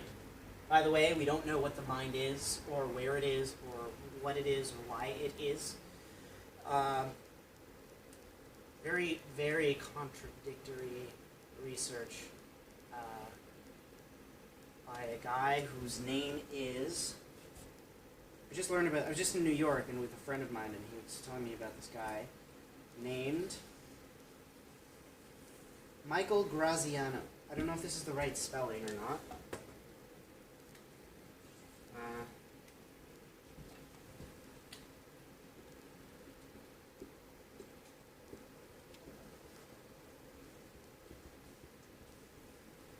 His theory is that there is no mind. That it's just a bunch of models of us and our experiences inside our brain that we perceive as us, but that it's all just different kinds of hardwired components of what we may call the ego. I don't know. It's pretty weird. My bias is towards thinking that there's some kind of you that is other than your brain, that is other than your body, that is other than your thoughts, and that is here experiencing all of those things. The observer. A point of attention. The part that you are the one that's creating the attention. It's creating the point. Mm-hmm. That's choosing where to point the attention. That's my personal bias. That there's like some me that's like here somewhere, looking out through my eyes and like moving all this stuff. And choosing to be who I am. I don't know. It's all relative. Michael Graziano, controversial research, controversial theories, says the total opposite. There's no mind. But so far we don't know where the mind is, so he could be right. We do, however, have this general model here of the mind. And here is your conscious mind, and here is your unconscious mind. Like an iceberg. we got this little line here that's sort of like this protective layer around the unconscious mind. Stuff can't get in without permission. So if you want to establish some kind of relationship, if you want somebody to listen to what you have to say, if you want somebody to connect with you, if you want somebody to trust you, if you want somebody to believe what you're saying, if you want somebody to like you, if you want somebody to even be willing to consider the possibility of having some kind of connection, some kind of relationship, some kind of mutually beneficial agreement in general. You gotta pass that barrier, critical faculty. You want somebody to accept your suggestions. So old-fashioned hypnosis, or what we may call formal hypnosis, or overt, direct hypnosis, none of these things you have to know for today. It's not going to be on the pop quiz later on. You're gonna have to, or in that version, the idea is that you have what's called suggestibility tests. Right? We did this the other day. So we've got a couple kinds of suggestibility tests. One is, if you guys just hold out your hands like this, you might have seen this at like a stage show or something like that. Now clasp your hands together nice and tight, hold your fingers out, and watch as those fingers, as you squeeze, watch as those fingers come together. There you go, that's right. And that shows, that's right, and the closer that they get, and you can try, and the harder you try, the closer they get. And the moment that they touch, you can just close your eyes and allow yourself to drift comfortably. There you go, into those trance. There you go, allow yourself to close your eyes and drift comfortably into a trance. And you can try, and the harder you try, the more closely, there you go, those fingers get. That's right. And feel that trance now. That's right, just close your eyes now. There you go, feel that trance. Feel that trance. There you go. You can really try and resist. The harder you try to resist, the closer you get, like magnets being pulled together. Tighter and tighter. That's right. That's right. Tighter and tighter. Until they touch. The harder you try to resist, the closer they get. Really try and resist and find them. You cannot. There you go. Get closer and closer. Feeling the trance coming on now. That's right. Your breathing's already begun to change. That's right. There you go. The moment they touch you, you can just close your eyes and relax into the next trance. There you go. That's right. It's okay to smile if you want. And laugh. There you go. Allow your eyes to drift comfortably. Allow your body to float or sink. As some kind of comfort or relaxation begins to find its way. So much so that even those hands begin to relax.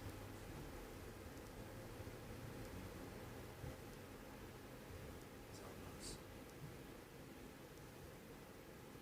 The wrists. As each joint in those fingers begin to just soften.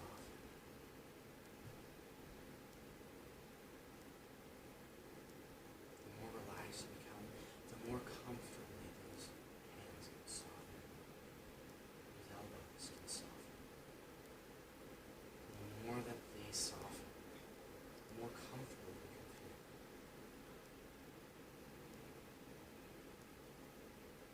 Feel the weight of your body.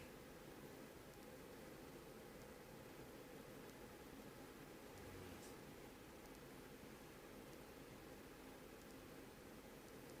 Feel the weight of gravity onto the chair.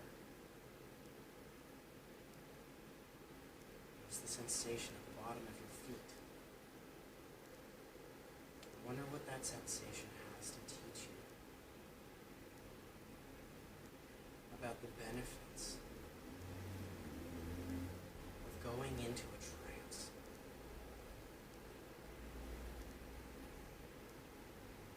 Because this is the place where your mind is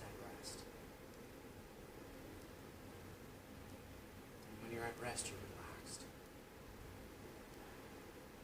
And when you're relaxed, you can enjoy yourself.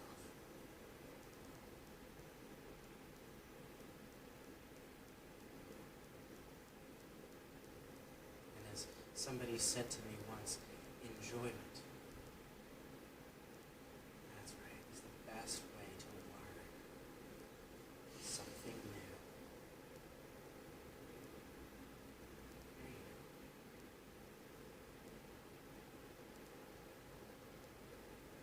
The easiest way to learn is to enjoy yourself and to play.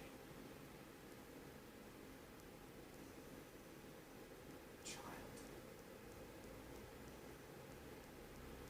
You'll fall down and laugh.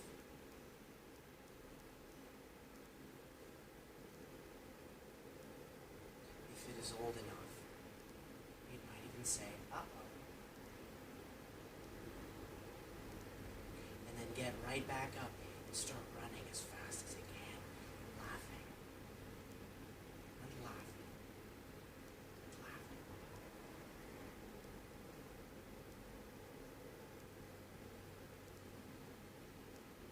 And it doesn't know that walking is one of the hardest things to learn.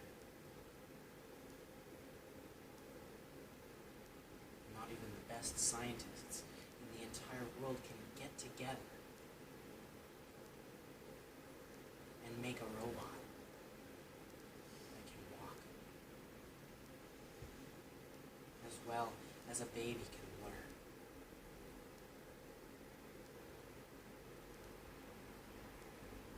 How difficult it is for us as adults to learn another language.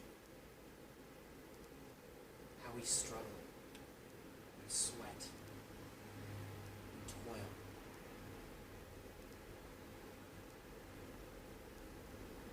And yet, little child, little small child, learns just in a few months so many words. Makes up its meaning.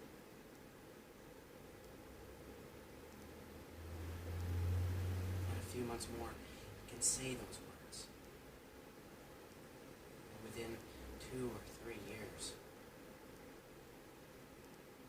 it can speak better than most college students learning their second language.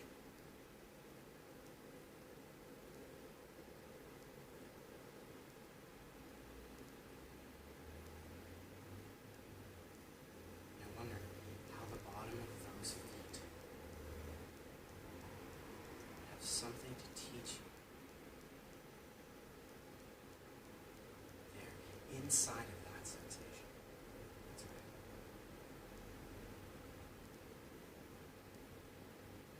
I don't know. As you focus your attention there, who knows what will happen next to that sensation? Will it spread? Or will it intensify? Or maybe it will change.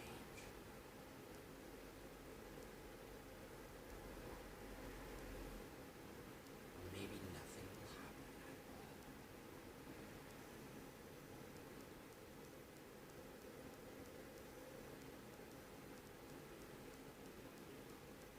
And as you consider all of these ideas, there's something happening at the bottom of those feet. Something to learn. That your head just hasn't caught up with yet.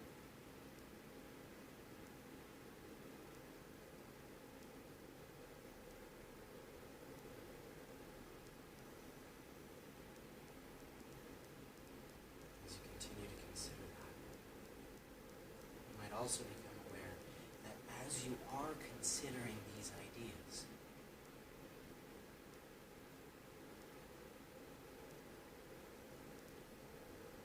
there's a part of you that may have been doubtful or skeptical at first,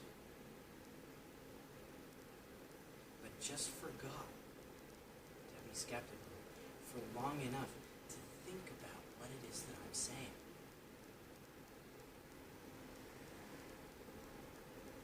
This is what it's like when your critical faculty goes offline. This is what it's like to bypass the critical faculty. Right now, you're in what is called formal trance, a light one. You can go much deeper if you want. Just don't do it right now.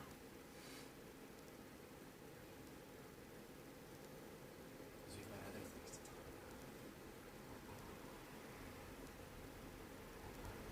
To the extent that your attention was pointed at all of these ideas and you allowed yourself to consider them, you may have noticed your mind drifting in one way or another,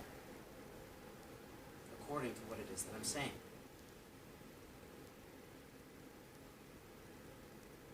And unless you're directly disagreeing, or you're hesitating to a certain extent that you choose not to follow along with what I'm saying, unless you're doing those things, I've bypassed your critical faculty enough for me to paint some kind of pictures inside your mind.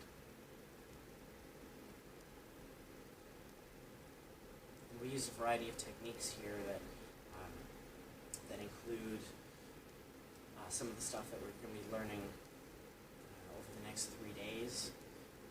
Some other stuff that we learn only in the hypnotherapy certification. There's a variety of different things that you just experience there. Some of it is just very Ericksonian. It's just storytelling. Talking about a child. Was I talking about you, or was I talking about a child? Were you the child? Or was it something that's totally unrelated to whatever it was that we're talking about?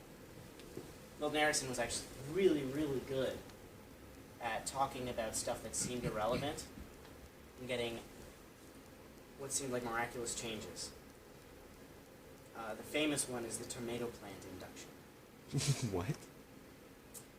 Just very briefly, there was a guy who, I think he had cancer, and he was just in a lot of pain, and he was very, very upset and moody all the time, and as is to be expected, of course it was taking a huge toll on his family as well. And the medication wasn't working, he was just in that much pain. So Dr. Erickson ended up coming in, and they started having a conversation. They found out that, he found out that this gentleman was a gardener. So he ended up talking for a couple hours about this tomato plant. And he was just talking to him. Wow. He's kind of older man, colorblind, but he loved the color purple. I think it was one of the only colors that he could see. He always rubbed his knees. Talk like this. Roused and now paralyzed.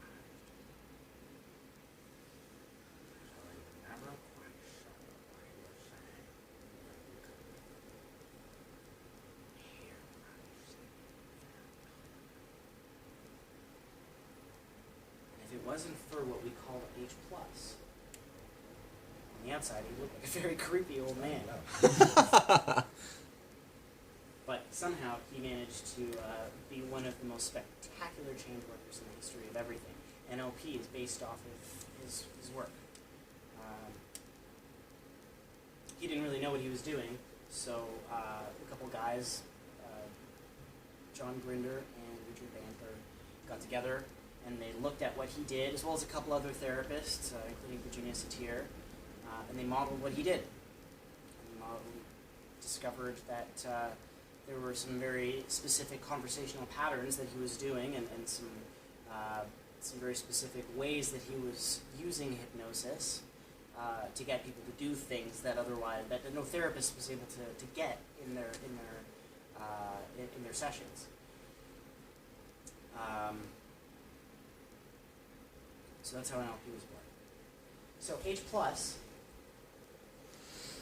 immediately says, hey, I'm cool, you're cool, we're cool.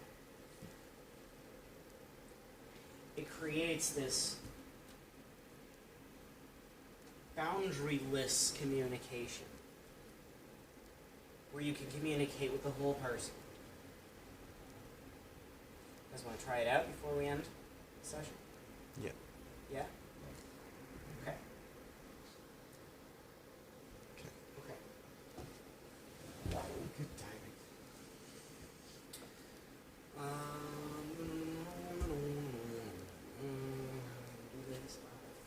Okay.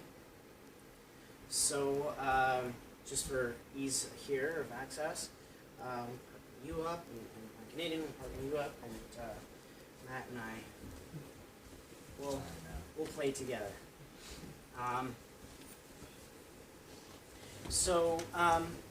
All I'm gonna have you do is one of you raise your hand. I'm gonna volunteer you to raise your hand.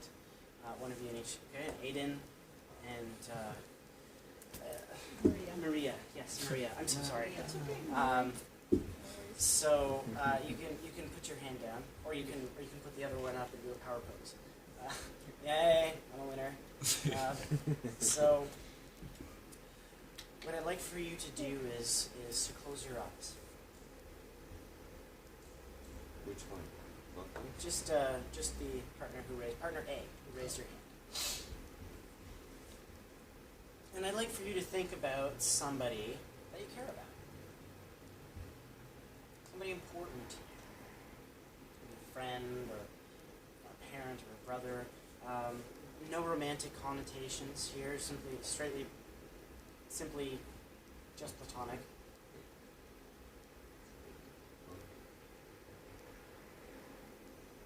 Can be a pet if you like. Somebody you really, really care about. It's very important to you.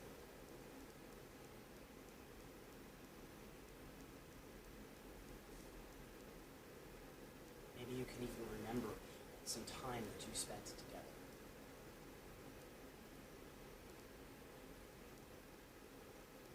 Thinking about all the things that you most cherish in that person.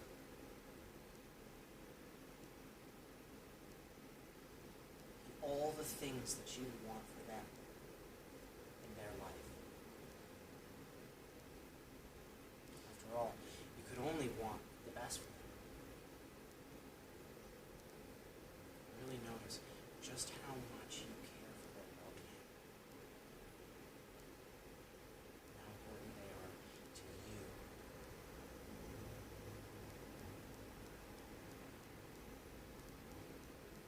Really feel the connection you have with that person. How much you value them.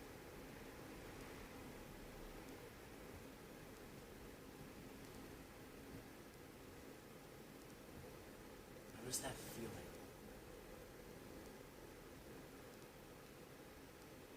Hold on to it as the memory of the person will begin to just fade away. As you hold on to that feeling.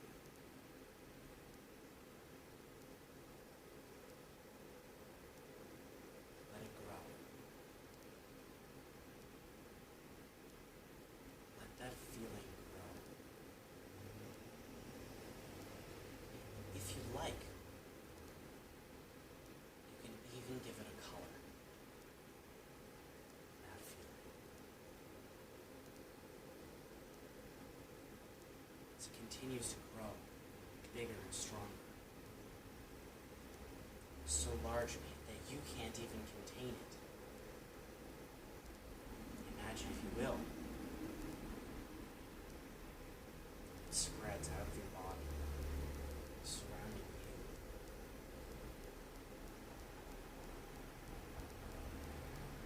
In a moment, I'm going to have you open your eyes and send that color over to the other person, to your partner. And spread it all around them, surrounding you and them together.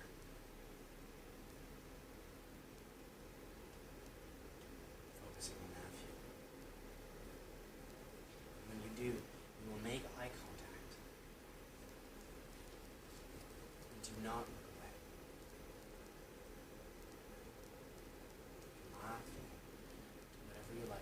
just don't look away.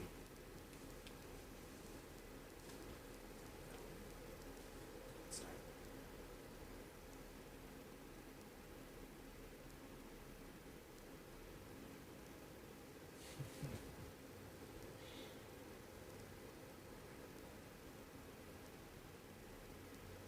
If at any time you feel like you need to get back in touch with that feeling, just close your eyes.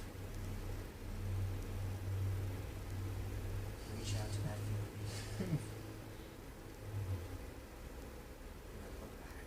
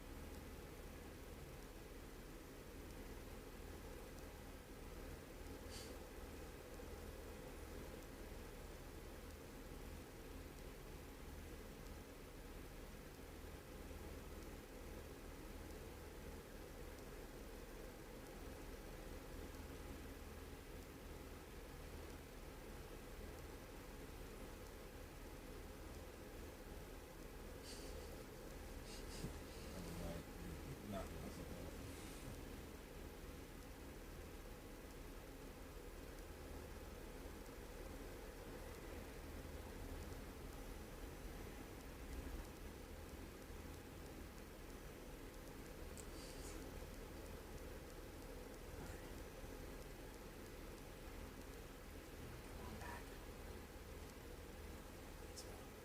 That was interesting. It seemed very innocent.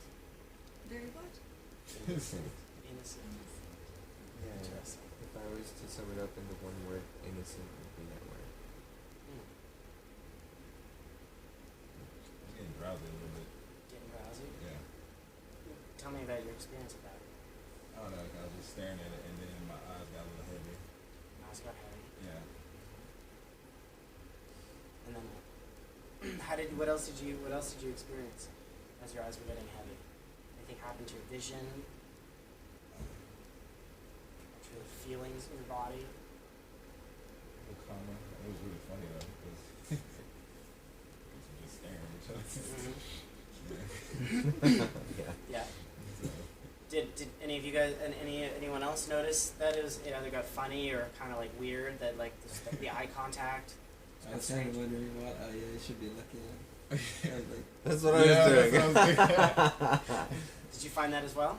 What should I be looking at, or asking yourself any kind of question like that, like what should I be looking at? What should I be looking for? I was just feeling my feeling and probably seeing the color. Hmm. Okay. Did anybody notice any changes in the person's face? What was your experience of that? I was again just deep in thought, trying to keep emotion and the color together. That I would argue that would be where most of my conscious effort was. Okay. Just the whole Okay. Very good. So, and while you're doing that, so while you were doing that, did you were you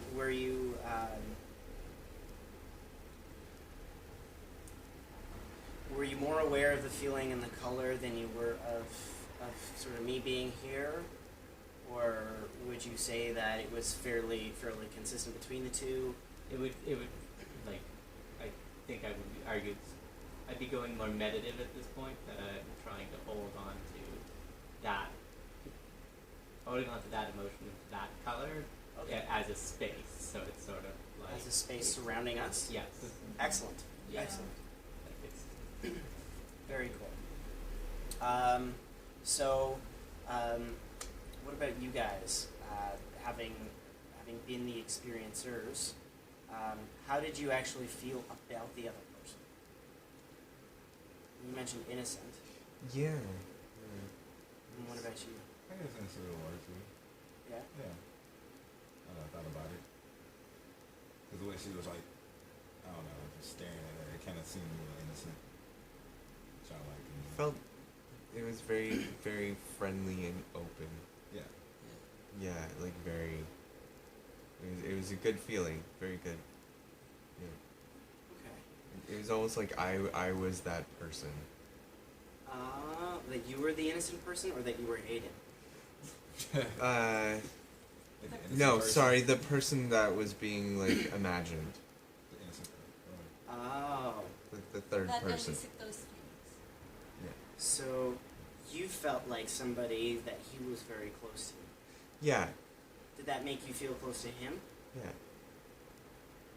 Did you have a similar experience? Oh, so that, yeah. Yeah. Well, for the record, I felt a connection with you as well. So, beginning to see why hypnosis is anything but a casual relationship. Hmm. Let's switch roles. Very connection oriented. Yeah, that's what I was trying to say. So switch roles. Your guys' turn to close your eyes. Okay.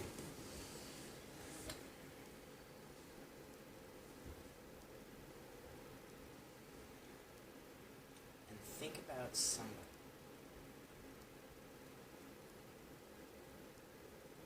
Somebody very important to you. Again, strictly platonic.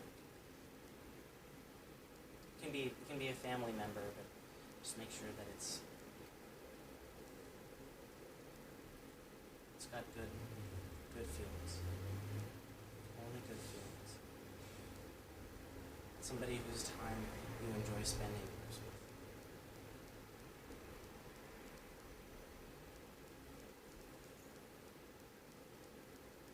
Think about how much you care about them. Feel how much you care.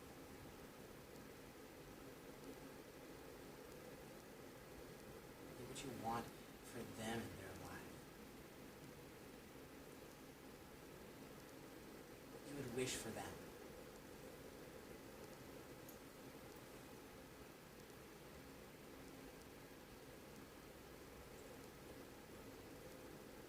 Think about how much you value the connection that you have with them. How much you value them as a person. How important they are.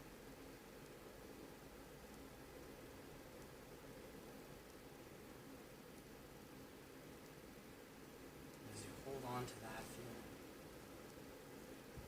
allow that vision to fade, holding the feeling.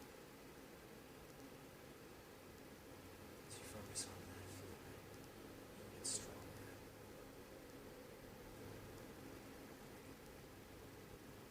Stronger. As it grows inside of you, even giving it color. That's it.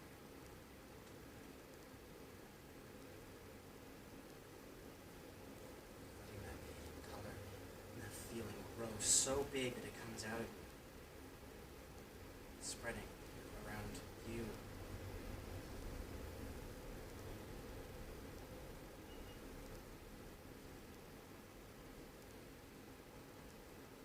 As you begin to open your eyes, just a moment. Allow that feeling and that color to spread around the other person.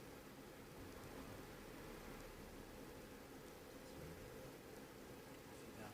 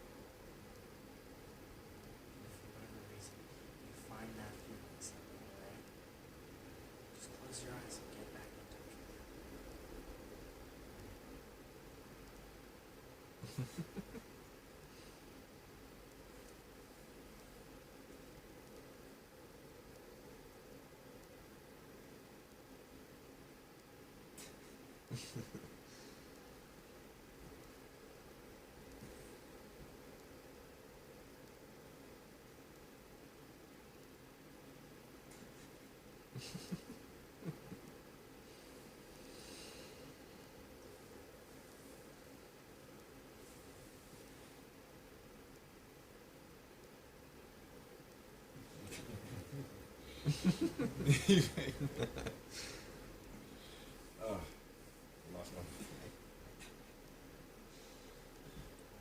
Come on back. Thank you. I really couldn't stop laughing that time. I noticed. How was that?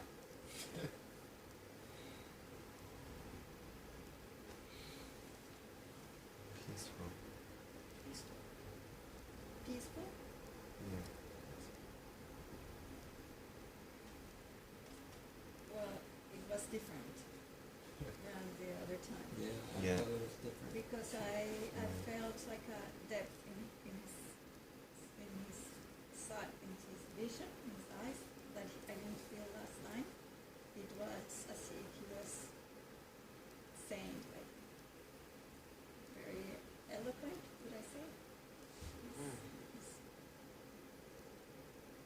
Whereas the last time he was just probably that just being receiving. This time he was just it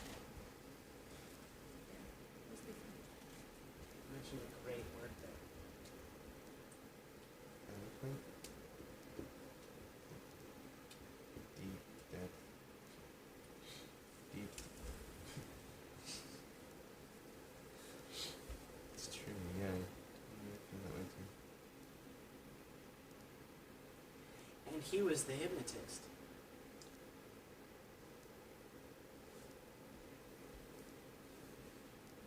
Did you notice anything similar or different?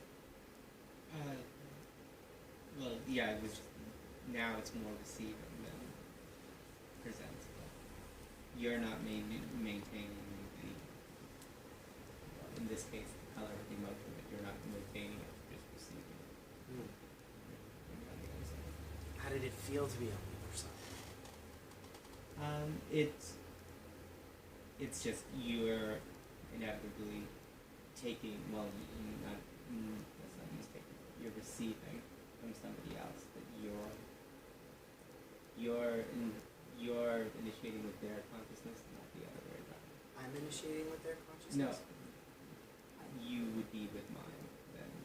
Oh, so you're receiving. Yeah, because that's, well, in the previous thing, I was the one, basically, I'm listening, in this case, I'm listening to you, in the other one, I'm trying to sort of see if you are receiving, like, almost like an echo.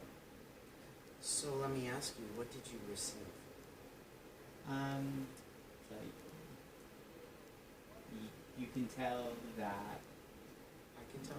I can tell, so, sorry, I can tell from you that you are, like, you would be in what I would refer to as a safe space, and I can feel that you're trying to push that, like, that kind of emotion or that kind of feeling to the person, that would be myself, who's watching you. And from that, it would be like, this would be a way of, you can sort of lend the other person I some. can lend. Yeah, you can. Okay. You So I can lend you. Yes, you would lend me some of your emotional stability. So, like, if you. Would I or did I? I felt that you were. I also felt that it's a very It's already a safe space in a comfortable room that's like getting a little too hot for me. So I just no, but it was just like I'm not sure if there's really any more relaxed that I could be. Amazing. If there was someone else who was like poking me during during the thing, then it's like you could create the conscious space that you're trying. But it was. I just imagine like Aiden like poking at Matt as I'm like intently gazing into his eyes, and there's Aiden just. Thank you for lending me the strength not to punch him back. Yes, but yes, obviously that would be a technique that would be used for that kind of situation. Yeah. So thank you for sharing, and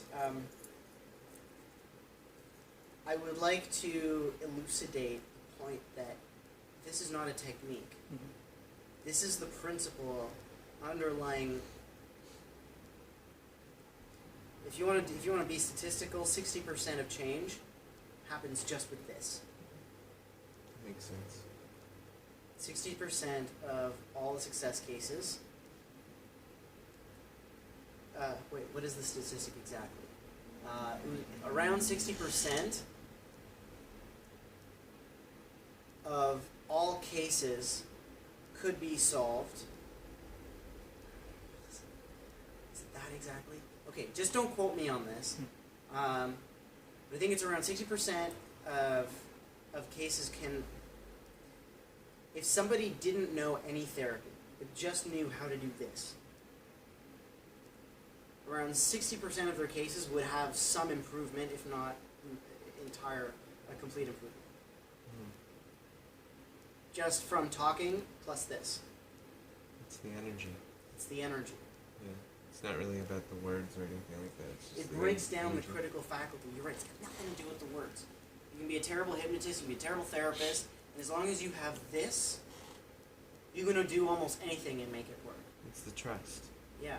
Aiden, if you Yeah. just know this one technique, and you did this, and Matt came to you with a problem, you could just look at him like this, just poke at him, and he would change. And I'm not lying either. I'm not joking. It's funny, but it's also true. Because let's face it, if Matt comes in sad, right, and you're talking to him about his problem, and you're holding this state of H+, and you start poking at him, he might get pissed off. But if he's pissed off while talking about the problem that made him sad, he's pissed now and not sad. So then if you go to him and you're like, okay, well, now that you're pissed, think about the problem. He's like, oh, I'm not sad about it anymore, you asshole.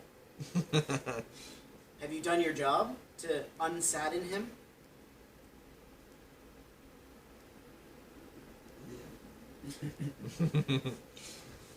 Yeah. So, H+ is probably the most powerful thing I could use. You could do all kinds of techniques, but this is one principle out of a few principles that I teach in my hypnotherapy certification that will provide change above all else. You can know all the techniques and not do this and get a 0% success rate. Mm. You know no techniques and do this and get a 60% success rate. Which one would you choose? You apply this to any therapeutic modality. Expressive arts, CBT, psychoanalysis, shiatsu. Definitely, that's a huge thing in shiatsu. So, I hope that you've gained something valuable out of this. I hope that it's opened your eyes a little bit to what hypnosis is, what it can be, how it can be used, ways that you can use it to help people, and what it really is as a therapeutic tool, as well as a communication tool. If you apply even just one of the things that you learned in this video, you could potentially change your life or someone else's life for the better. If you're looking for a lucrative career in helping people become the best versions of themselves, hypnotherapy is the fastest and most effective ways to help people overcome their problems and obstacles to the extent that they can live the most happiest and fulfilling lives possible. period. Go to www.learnhypnosiscanada.com/chphmk to register now. This has been a Create Your Mind experience. Thanks for watching.